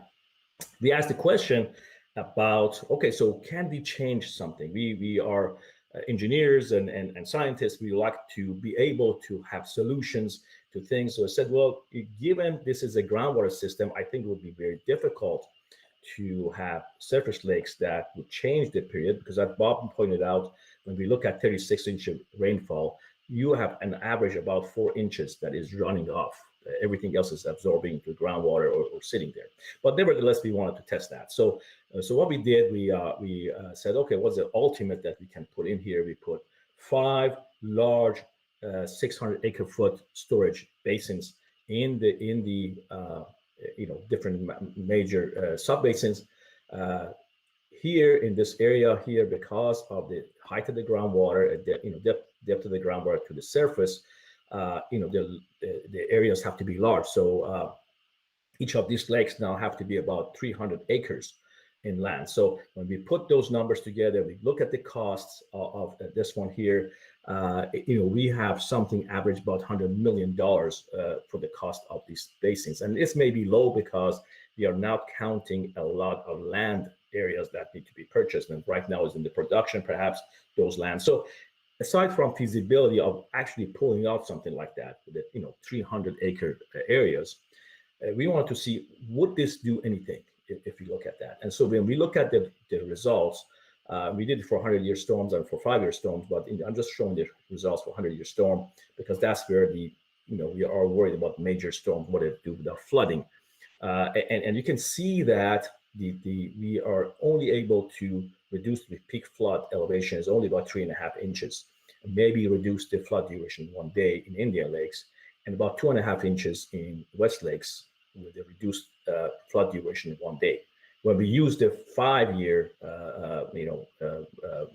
event, this was a little bit better results, but maybe that 3.5 went to 4.5 and 2.5 to 3 or 4 inches. So there's not huge differences, but certainly for a 100-year flood, we are not seeing those things, and it results, particularly if we look at the average flooding depth for the 100-year flood in this area. So we have some data on the Waldron Lake system provided by our friends in MRBC. Rodney, I think, looked at some of those data, but nevertheless, we are seeing at least 60% of the homes, of the 300 homes there, receive, during the 100-year, can expect it to be flooded by 30 to 40 inches, 2.5, 300 to 3.5 feet. So having a 2 inches really is not changing the picture. It may be some help, but it's not changing the picture for the price that we're going to pay. We need to remember also that we are looking at the current regime. So with the climate changing, probably even if you had those 2.5 inches thing, we're going to cover it back because we're going to have to receive more rainfall. Also, remembering that groundwater influence, which will significantly reduce those potential benefits. Now, the modeling that we did, very generalized modeling, did not include the groundwater modeling. It's very difficult to do groundwater and surface water, very expensive. So that's something, of course, one of our recommendations. If you want to understand more what's happening in the system, you need a much more sophisticated model. So in summary, I presented this last time. I don't want to go through all of it, but basically the main points were that as Bob's assessment pointed out, North Branch Elkhart River system it is remarkably stable. However, like any other system, even if we have good shock absorbers into the lakes, we can make the things much worse. And so we should care, have a great care taken to not disturb system further, because I think what we are having that it could change the system. We estimate about 80% of the flow in the river is supplied by the groundwater. We talked about Kendallville area and the middle branch, and seeing that we have degraded, significant erosion, which is locally probably is not a good thing. So although the effects are not carried downstream, we believe that still something needs to be done about that, and we have some recommendation on that one here. Silver Lake, as pointed out, was some function as a buffer, so we are lucky for those people living downstream. Now, those erosion sediment coming into Silver Lake could be an issue, and that's why, again, we are recommending some measures up in Kendallville. We talked about average annual rainfall increasing, a number of extreme events, and previously I showed you a graph that shows, despite all these changes, the average fall volumes that we are seeing in the bottom of the chain in the Casper Valley area is not necessarily changing a lot. All this stability or resilience in the system due to those large amount of flood storage and wetlands and that are helped by the groundwater to be there. Concluded that the home built in the floodplain will continue to be susceptible to flooding and will experience more frequent higher levels of rainfall as rainfall continues to increase. Unfortunately, even with large amount of dollars, if you spend on those things, potential reduction in flood stages is not adequate to alter this outcome, which is an important findings of this study, because we don't want you to waste your efforts in something which will not work. So as I said, we want to diagnose the problem, understand it, see what works and what doesn't work. We have an issue about West Lake's outlet efficiency is being brought up. We see that same thing, seeing some changes. I probably would go more detailed and have slides to show in the stakeholders meeting, but just know that we have looked at that one. However, those impacts, again, are not changing the picture, even if you can do something about it, because there's issues of groundwater, we have all the water quality in the basin, which we need to improve, but that it still doesn't change the picture, neither for recreation season nor for the flooding. Seems like the level of lake before the next storm is a big influence, and as we go downstream, you can see that those lake levels are going to stay up, and so they stay up a longer time. So as soon as it's trying to come down, next storm comes in. And so the further downstream you live, the more chances of lake level staying high is there because of back-to-back storms, which we're gonna see more of, unfortunately. So we conclude by saying that preserving the existing floodplains, wetlands, and lake storage capacity is of utmost importance in this particular system. And so we have some recommendation, as I was gonna leave you with this, bring your attention to this issue, that because we have no really feasible options to reduce the flood levels, for preventing this groundwater-driven lake chain to occupy its floodplain, you can't do anything to say, well, you cannot occupy this floodplain, we gotta lower the lake levels. So we need to be thinking about some other ways to reduce the pain and suffering for people who live there, and also take actions that make sure that anything's happening in terms of flooding or otherwise is not exacerbated as we go time. So we need to adapt to system. We need to prepare and ensure that actions are taken that to keep things at least from getting worse. So with that, we have some recommendations in terms of developing and adopting flood resilience strategies, which I'm going to talk about a little bit. Updating some of the stormwater floodplain regulations. There are good regulations already there, but it could be helped out so that we have some gaps into those regulations that could cause still some issues. We'd like to talk to you about encouraging consideration of drainage impact mitigation measures. This is for drainage projects and drain improvement projects, that those also have some impacts both in the water quality and quantity, and things can be done there. We also talked about in terms of recommendations, probably better models, better studies could be done to understand a little bit more this groundwater surface water interaction. Actually, I was listening to a talk from Purdue University, and they have done some of the modeling in type like this in the Wabash River Basin. So type of modeling like that. Preserving the existing USGS gauges, it was talked by Matt Mearsman earlier and all of you. I think those are crucial for us. You know, that's our window to look at the system anywhere to see what's happening, you know, because nobody can sit next to the river day in, day out for years and years to see what's going on. So those gauges are really important, and whatever you can do to support them is great.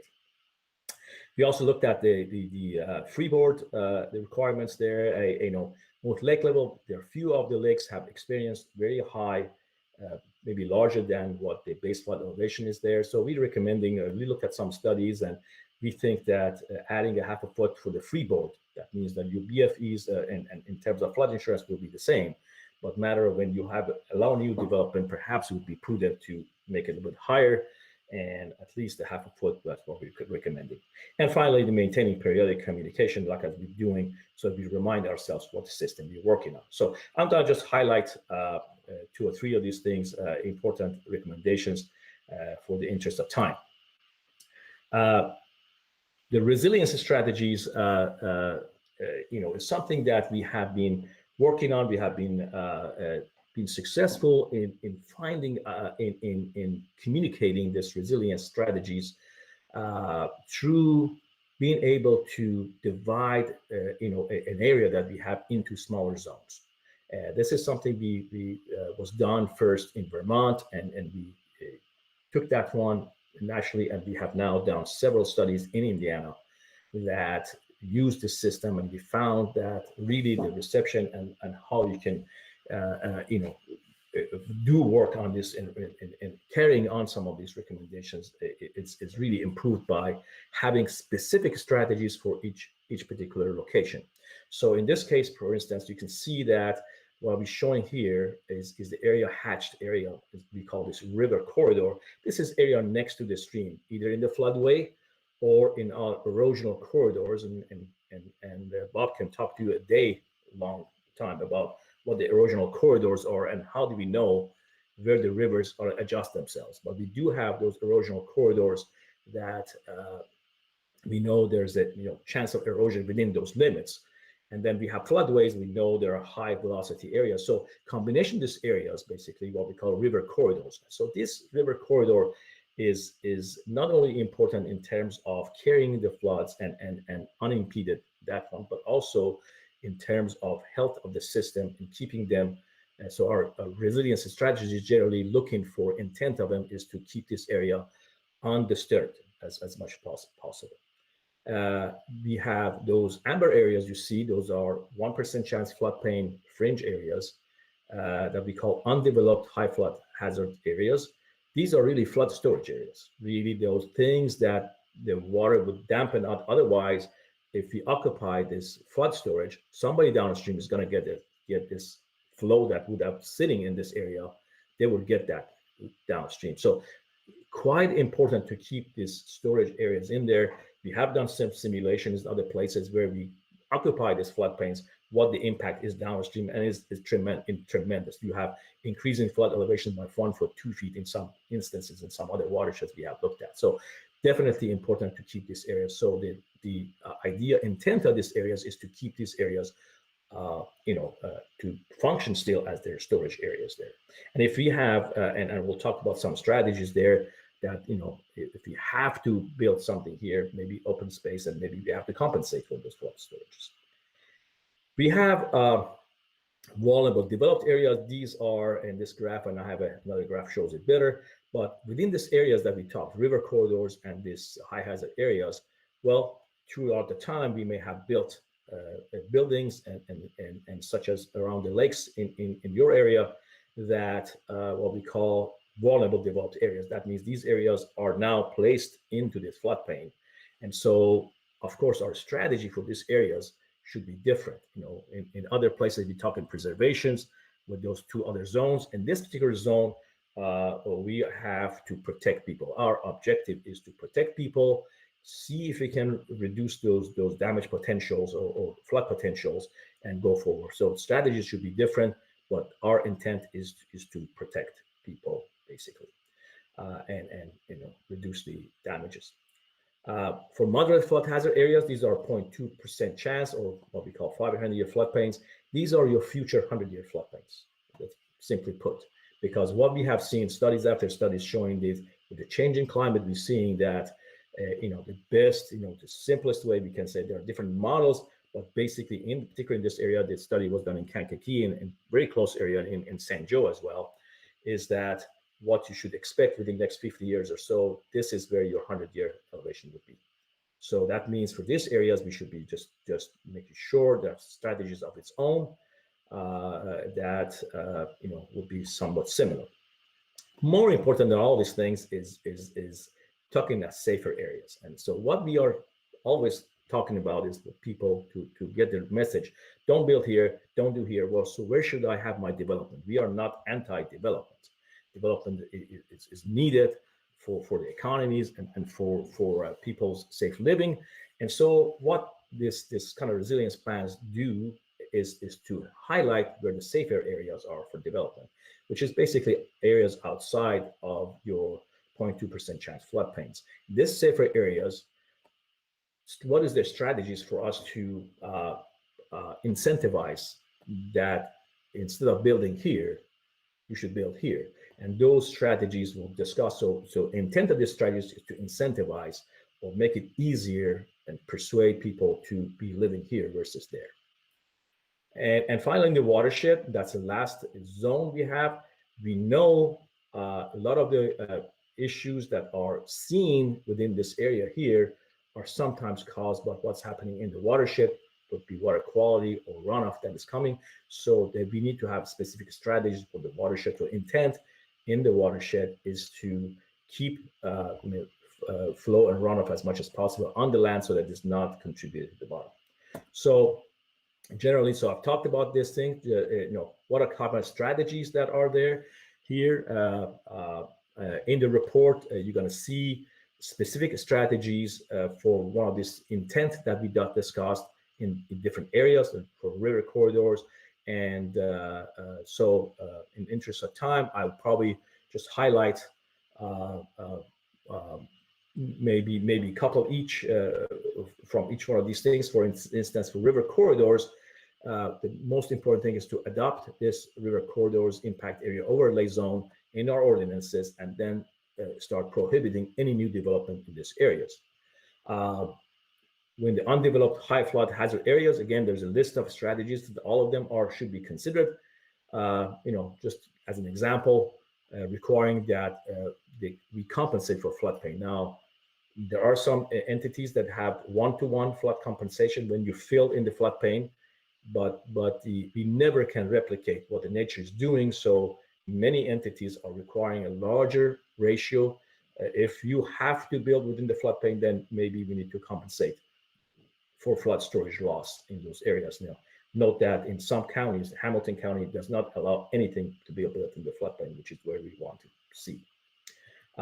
Look at the vulnerable developed areas. There are really a host of strategies that we have pointed out, but floodproofing or elevating homes into businesses is one item there. For critical infrastructure, we'd like to see some sort of a floodproofing as well. But developing flood response plans and many other aspects are here, which is in the report. But I just want to give you a flavor of the type of strategy is going to be here. In moderate flood hazard areas, this where we're putting 2% chance. We need to require the buildings to have a freeboard equal or greater than required SFHA. A lot of times what we see is that you require, say 2 feet of freeboard. It's a state requirement for anything built within the floodplain, 1% chance floodplain, 100-year flood. But exactly as you go out of that edge of that 100-year, we have no regulations whatsoever. So you end up in just moderate flood hazard areas, buildings that could be lower, allowed to be lower than in the 1% chance area. So that's a strategy to think about that. Talked about safer areas, steering public policy and investment into safer areas, such as extending sewer lines, extending water lines, constructing infrastructure, maybe providing tax breaks, whatever it is to incentivize people, move people here instead of those other areas of more concern. In terms of the watershed, obviously you do have the Basin Commission that could be, coordinating work, but we're encouraging the uniform, no adverse impact stormwater standards as one of the examples of strategies. There are more strategies in this area, how to preserve flow, and you guys can look at that report. So in terms of these maps of resilience strategies, we actually did it for entire watershed. So all the streams, regardless, whatever they are in the basin, have been highlighted. These are examples of those type of maps. So very closely, you can see in particular area, those type of zones that are there, and be showing, safer areas, be showing developed, undeveloped areas, storage areas, so that when these need to be incorporated into the comprehensive plan through perhaps the ordinances, you know exactly what the consequences are. The strategies that I talked about, those need to be agreed upon, perhaps in each individual county, in each individual community, need to look at those things and which ones are more appropriate for them to adopt. But basically, these maps highlight those zones that those strategies apply to. Here is, for instance, the example of the Kendallville area. Bob talked about this particular area, so maybe perhaps a suitable strategies for here could be to look into a 2-stage ditch, for instance, to open that area so that that stream can breathe and keep some of the sediments into itself. But strategies to those impacted areas, one of them is the 2-stage ditch. And in fact, there's a belief that all this system here needs to be looked at, but something for you to see. And in the report, we discussed that. The second major recommendation was the stormwater and floodplain management regulations. And like I said, there were some gaps, maybe perhaps in the existing ordinances, in particular, looking at channel protection volume to keep the first amount of rainfall coming in the land, and added requirements for no disturbance in the floodways, discouraging development within floodplains, and requiring compulsory floodplain storage. These could be added to the stormwater standards, and also allow or promote incentivize use of LID and green practices, because not only they're going to help the water quantity, but also water quality. I talked a little bit about the impact of some of the drainage improvements, regular drain projects. Obviously, in many of our basins, including yours, largest land use in the area is agriculture. We need to see agriculture. We need food. We need to support this, land use, but also want to make sure that, to sustain that kind of land use, if you need to do if you need to do some ditching and surface draining and all that, of course, what we're doing is making water going faster to the stream. And so that means that water which would have been sitting on the land is not going to sit on the land anymore, and it's going to run off. And so to prevent that, to make up for that, we also should be thinking, same way we do in urban areas, some sort of studies to see what their impacts, and if there are impacts to do this. Now, many counties are looking at that one. For instance, in Tippecanoe County, before any regular drain is improved, before you have large things, studies are done to know if there are regional pond needed to make up for that increased flow velocity going downstream. So you can see in this picture is an example of how that's been set up. There are several of these already implemented in those areas. So with the drainage boards, you can look at, maybe to compensate for some of these increases, look at 2-stage ditches, look at those kind of off-site detention ponds. Of course, in the farm level, we also need to promote, and practices that keep the water on the land as much as possible. This is a picture on the right is provided by Bob, provided to me, and you can see a difference, of course, without a cover crop and with cover crop. And with cover crop, of course, this water is kept in there. It not only helps movement of sediment, but also, more importantly, keep the water in place. Also, you have already heard about agricultural drainage management structures, things that if you have to put tiles, fine, but how do we do that so that in some seasons you keep the water? With that, I like to, in presentation, there will be much more detail as we go on to the stakeholders meetings and other opportunities when we have more time. But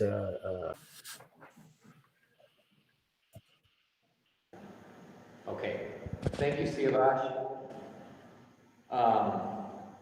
I just want to say thank you guys for all your work. I'm sorry, I know this meeting's run long, and so I'm going to keep it short. I want to say one thing.